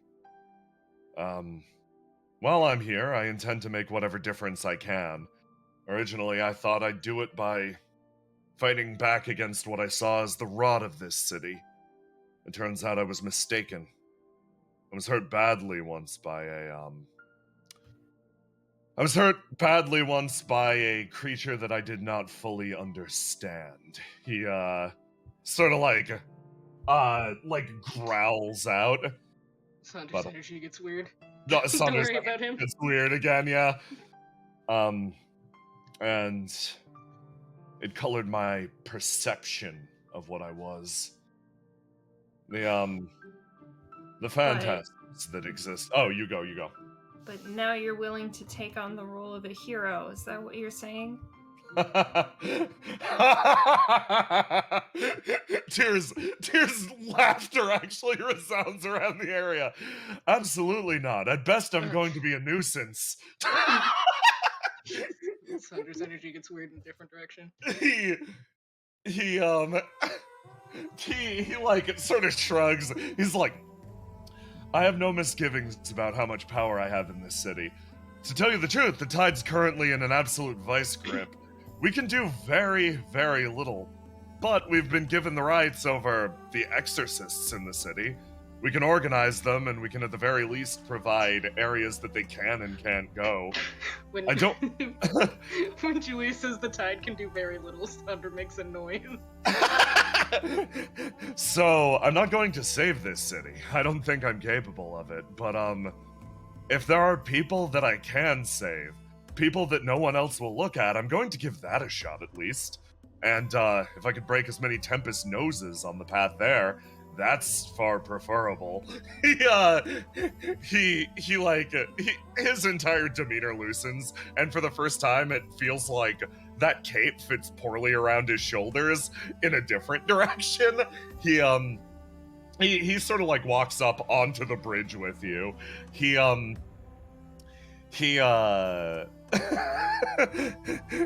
like half smiles. He's like, I'm new to my job. I'm new to a lot of the feelings that are currently coursing through my body, so at the very least I could do is be earnest about them. And, that's how I intend to live the remainder of my life. Maybe make a mark on this city. Saving it in a year, though. He shrugs. I don't think that's possible. You want to be earnest. He nods. You know that's the number one quality of a hero, though, right?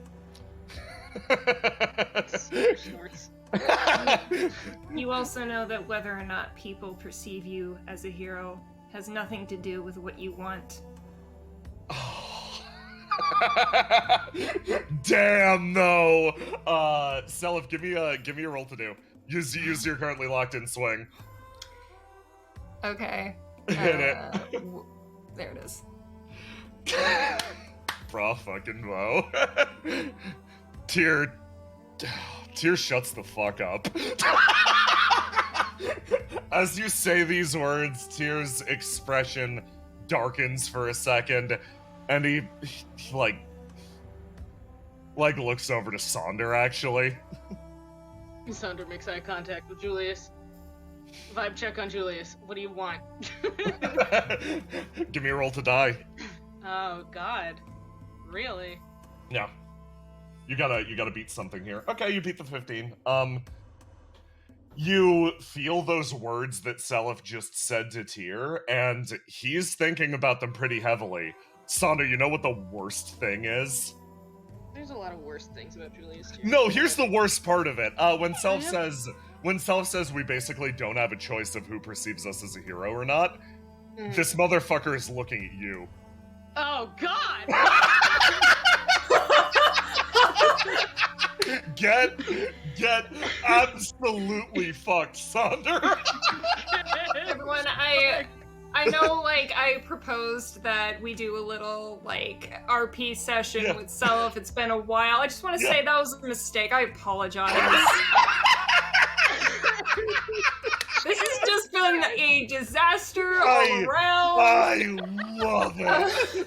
I could not be happier. The collateral damage that has happened in the past hour or so. Threw a dodgeball with the hero stamp at Julius, and Julius threw it right at Sander's face.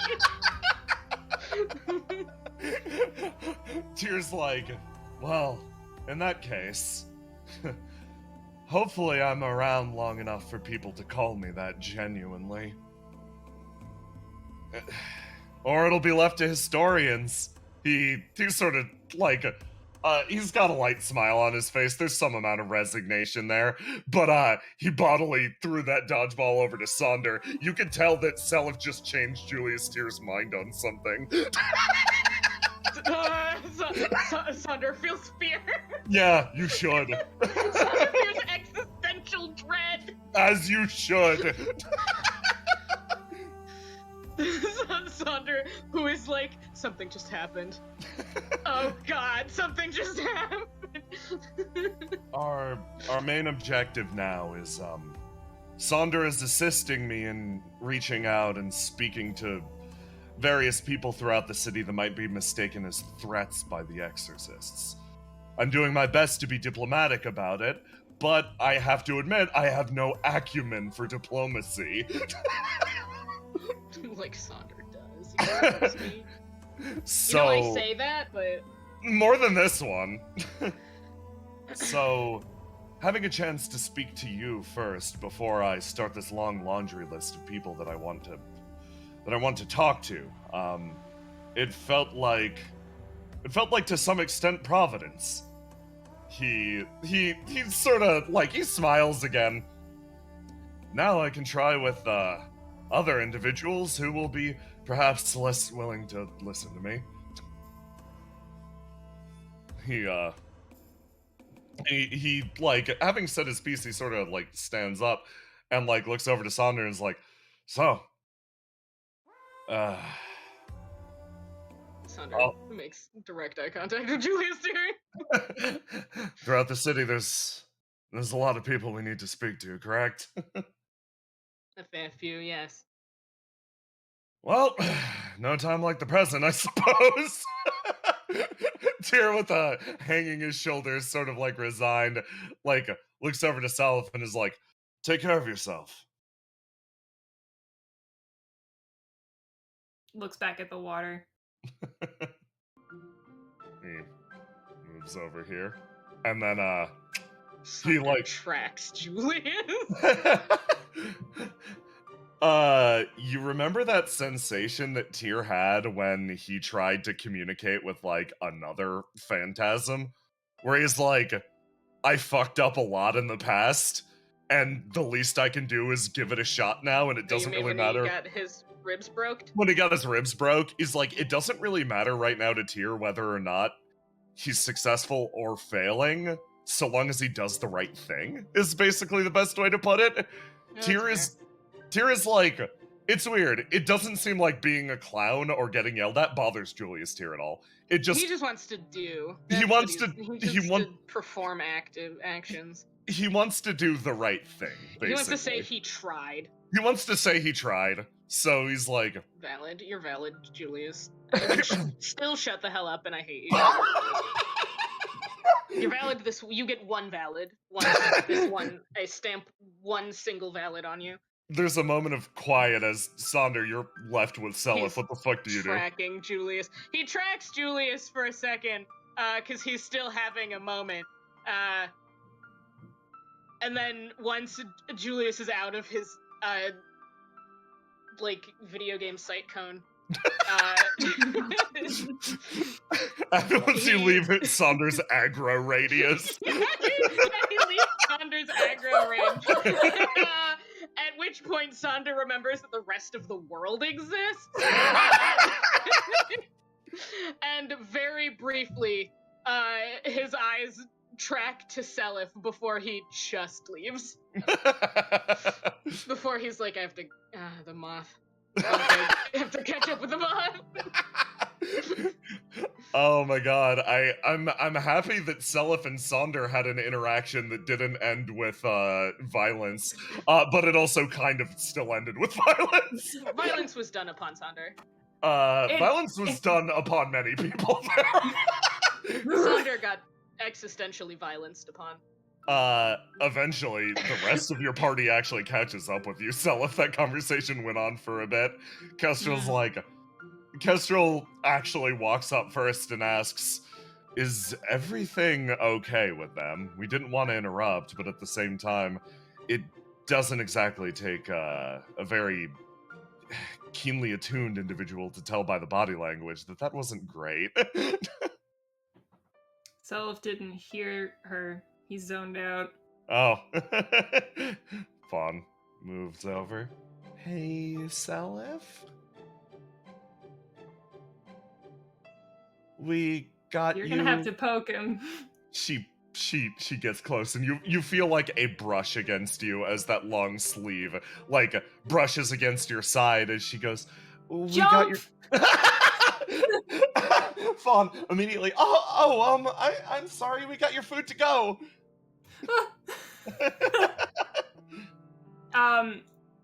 It was a weird thing. So Selyf never stopped gripping the edge of the bridge, and when he jumped, it unstuck.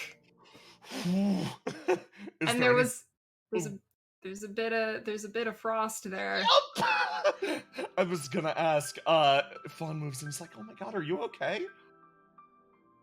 He's like rubbing his hand a bit and then puts it behind his back and is like, oh yeah, just fine. Okay. Sorry for running out. I needed some air. No, it's okay. We got your food to go. She holds out a bowl to you. Thank you very much. It's... He uses the other hand to take it. Yes, I was about to say. You take it with the other hand and the warmth, like, spreads in through your arm. But, it feels like it doesn't penetrate as deeply as it did before. Mm-hmm. Kestra, like... sort of like bounce quietly in the background. Asa sort of like moves over, continues watching you. Fawn's like, well, those are our bosses. They're nice. They can be a little intimidating sometimes, but they're good. Yes, I've met them before. Oh, okay, that's great. Saunder's very friendly. He, gets me things all the time.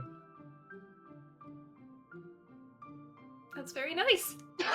She seems happy. She's, like, looking at you pretty closely. What's Selyf's expression right now?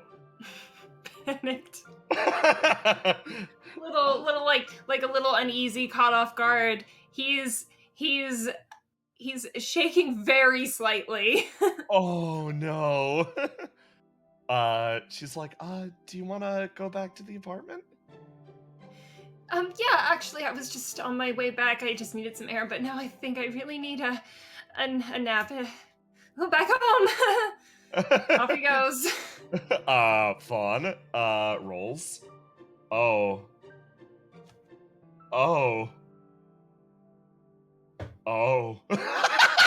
Literally all of them see you go and are like, he's not doing great. Oh, it gave it away. Yeah, no, they immediately pick this up and Fawn's like, okay, maybe you need some space, but also, yeah. Kestrel, like, scratches the side of her head. I don't know what you expect me to do about it. Fawn punches her. Back at your apartment. Tell me what's running through your head. Over here. I would say it's a very acute sense of dread. Oh, fun. Yeah. Like, you make it back to your apartment, and you immediately touch down on the bed. And run me through Selyf's thought process right now. Um. Hmm. It's sort of like he's understanding a certain gravity of the situation for a first time and is not really sure how he's supposed to handle it. Yeah, there's a lot to turn over here. Selyf, what do you think of your role in this situation? Well, he just sort of got a hint that it was going in a specific way, and Yeah. he has decided, I don't like that. Yeah. So from the very start, your initial insistence with Kestrel, I'm just a student, does that still hold true? Yeah. Your gaze sort of casts itself subconsciously across these papers on your desk. Repetition, right? The same circle again and again and again, just in case. Is there any comfort there? Why? What feelings does this practice produce within you? What is driving you to create these circles?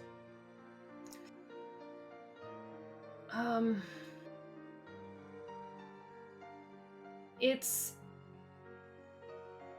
in a way it's a way to induce comfort because it's like preparedness. Like he knows that if something were to happen, then he wouldn't be lost. Oh.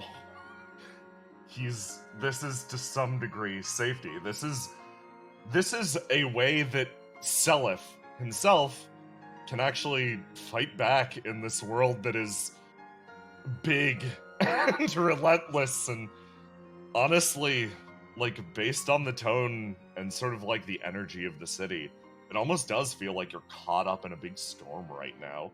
There's something almost subconscious about the city right now that's seeping into every aspect of it. Things are changing, and this is something that you can certainly do. There's a thump on the door. The "I'm coming in" thump. And the door cracks open slightly, and Asa peeks her head in again. Hey,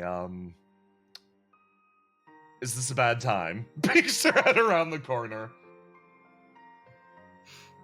He just sort of looks at her and says, I'm not really in the mood to entertain right now, Isa. She nods, moves in, and goes, well, I won't keep you up then. But, this is from the lady upstairs. She puts it down on the, she puts something down on the, table next to you. Same as before. It's got a lot of emotions roiling around inside of it. If you feel like taking your mind off things, it's here for you. Only stipulation is she said give it back. He nods. She sort of looks over to Selyf and exits, and as you look over, and on the table you see something braced there that you didn't expect to see again, but then you blink and no, that's clearly something else.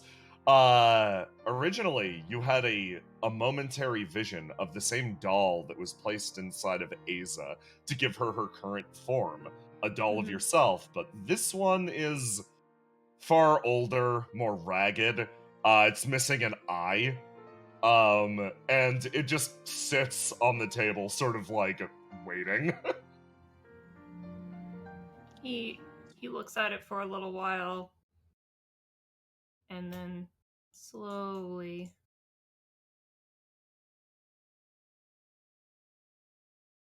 You come over to it.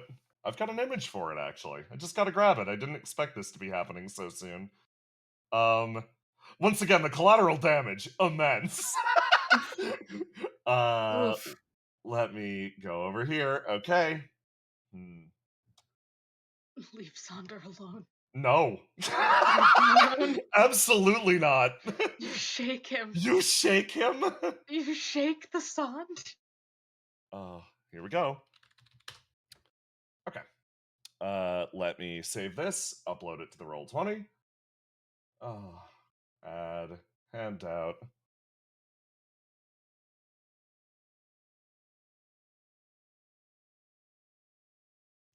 Okay. Yeah, that'll do. Okay. So you look down and you sort of pick up the doll, and you, in the process of it, a large number of emotions almost immediately rush into you through this thing. It's Aww. really cute, actually. Like, holding it in your hands, you feel a sense of warmth and connection that you haven't. It's been like a month since you felt this. This feels like home, like you opening up your luggage again and seeing all of the wonderful things that were granted to you from your hometown. And looking down at this doll, I'm like, you hold it very carefully. It's singed by fire, waterlogged to some extent. But as you hold it, this sensation spreads through your body again, and you feel a sense of belonging, a vision from a long time ago of a much, much, much younger Kestrel being offered something. This doll was extended to her. Oh God, am I doing this right now? I guess maybe. Yeah, let's fucking do it. Let's go.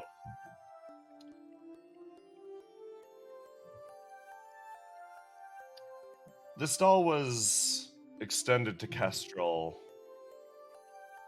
as something of a promise, I guess. For Cass, this thing represented a tie between herself and the Church of Rakis, where she grew up, actually. Raised amidst a group of other orphans, she was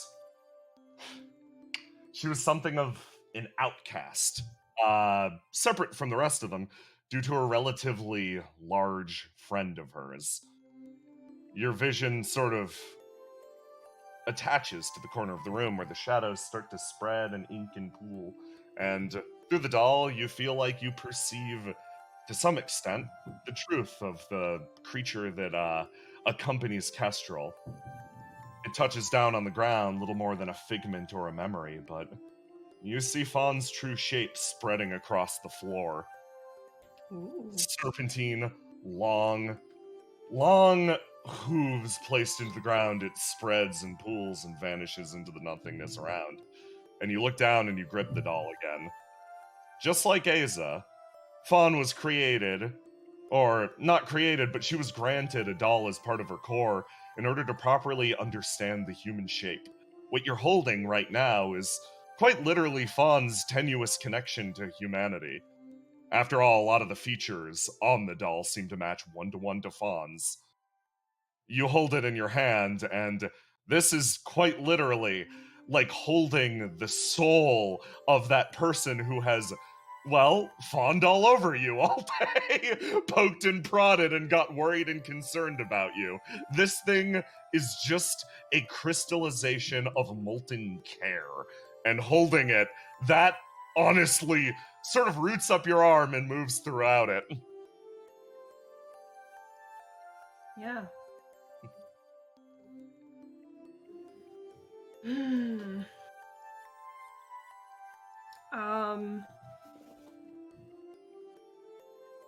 Selyf just kind of like cradles the doll in his hands.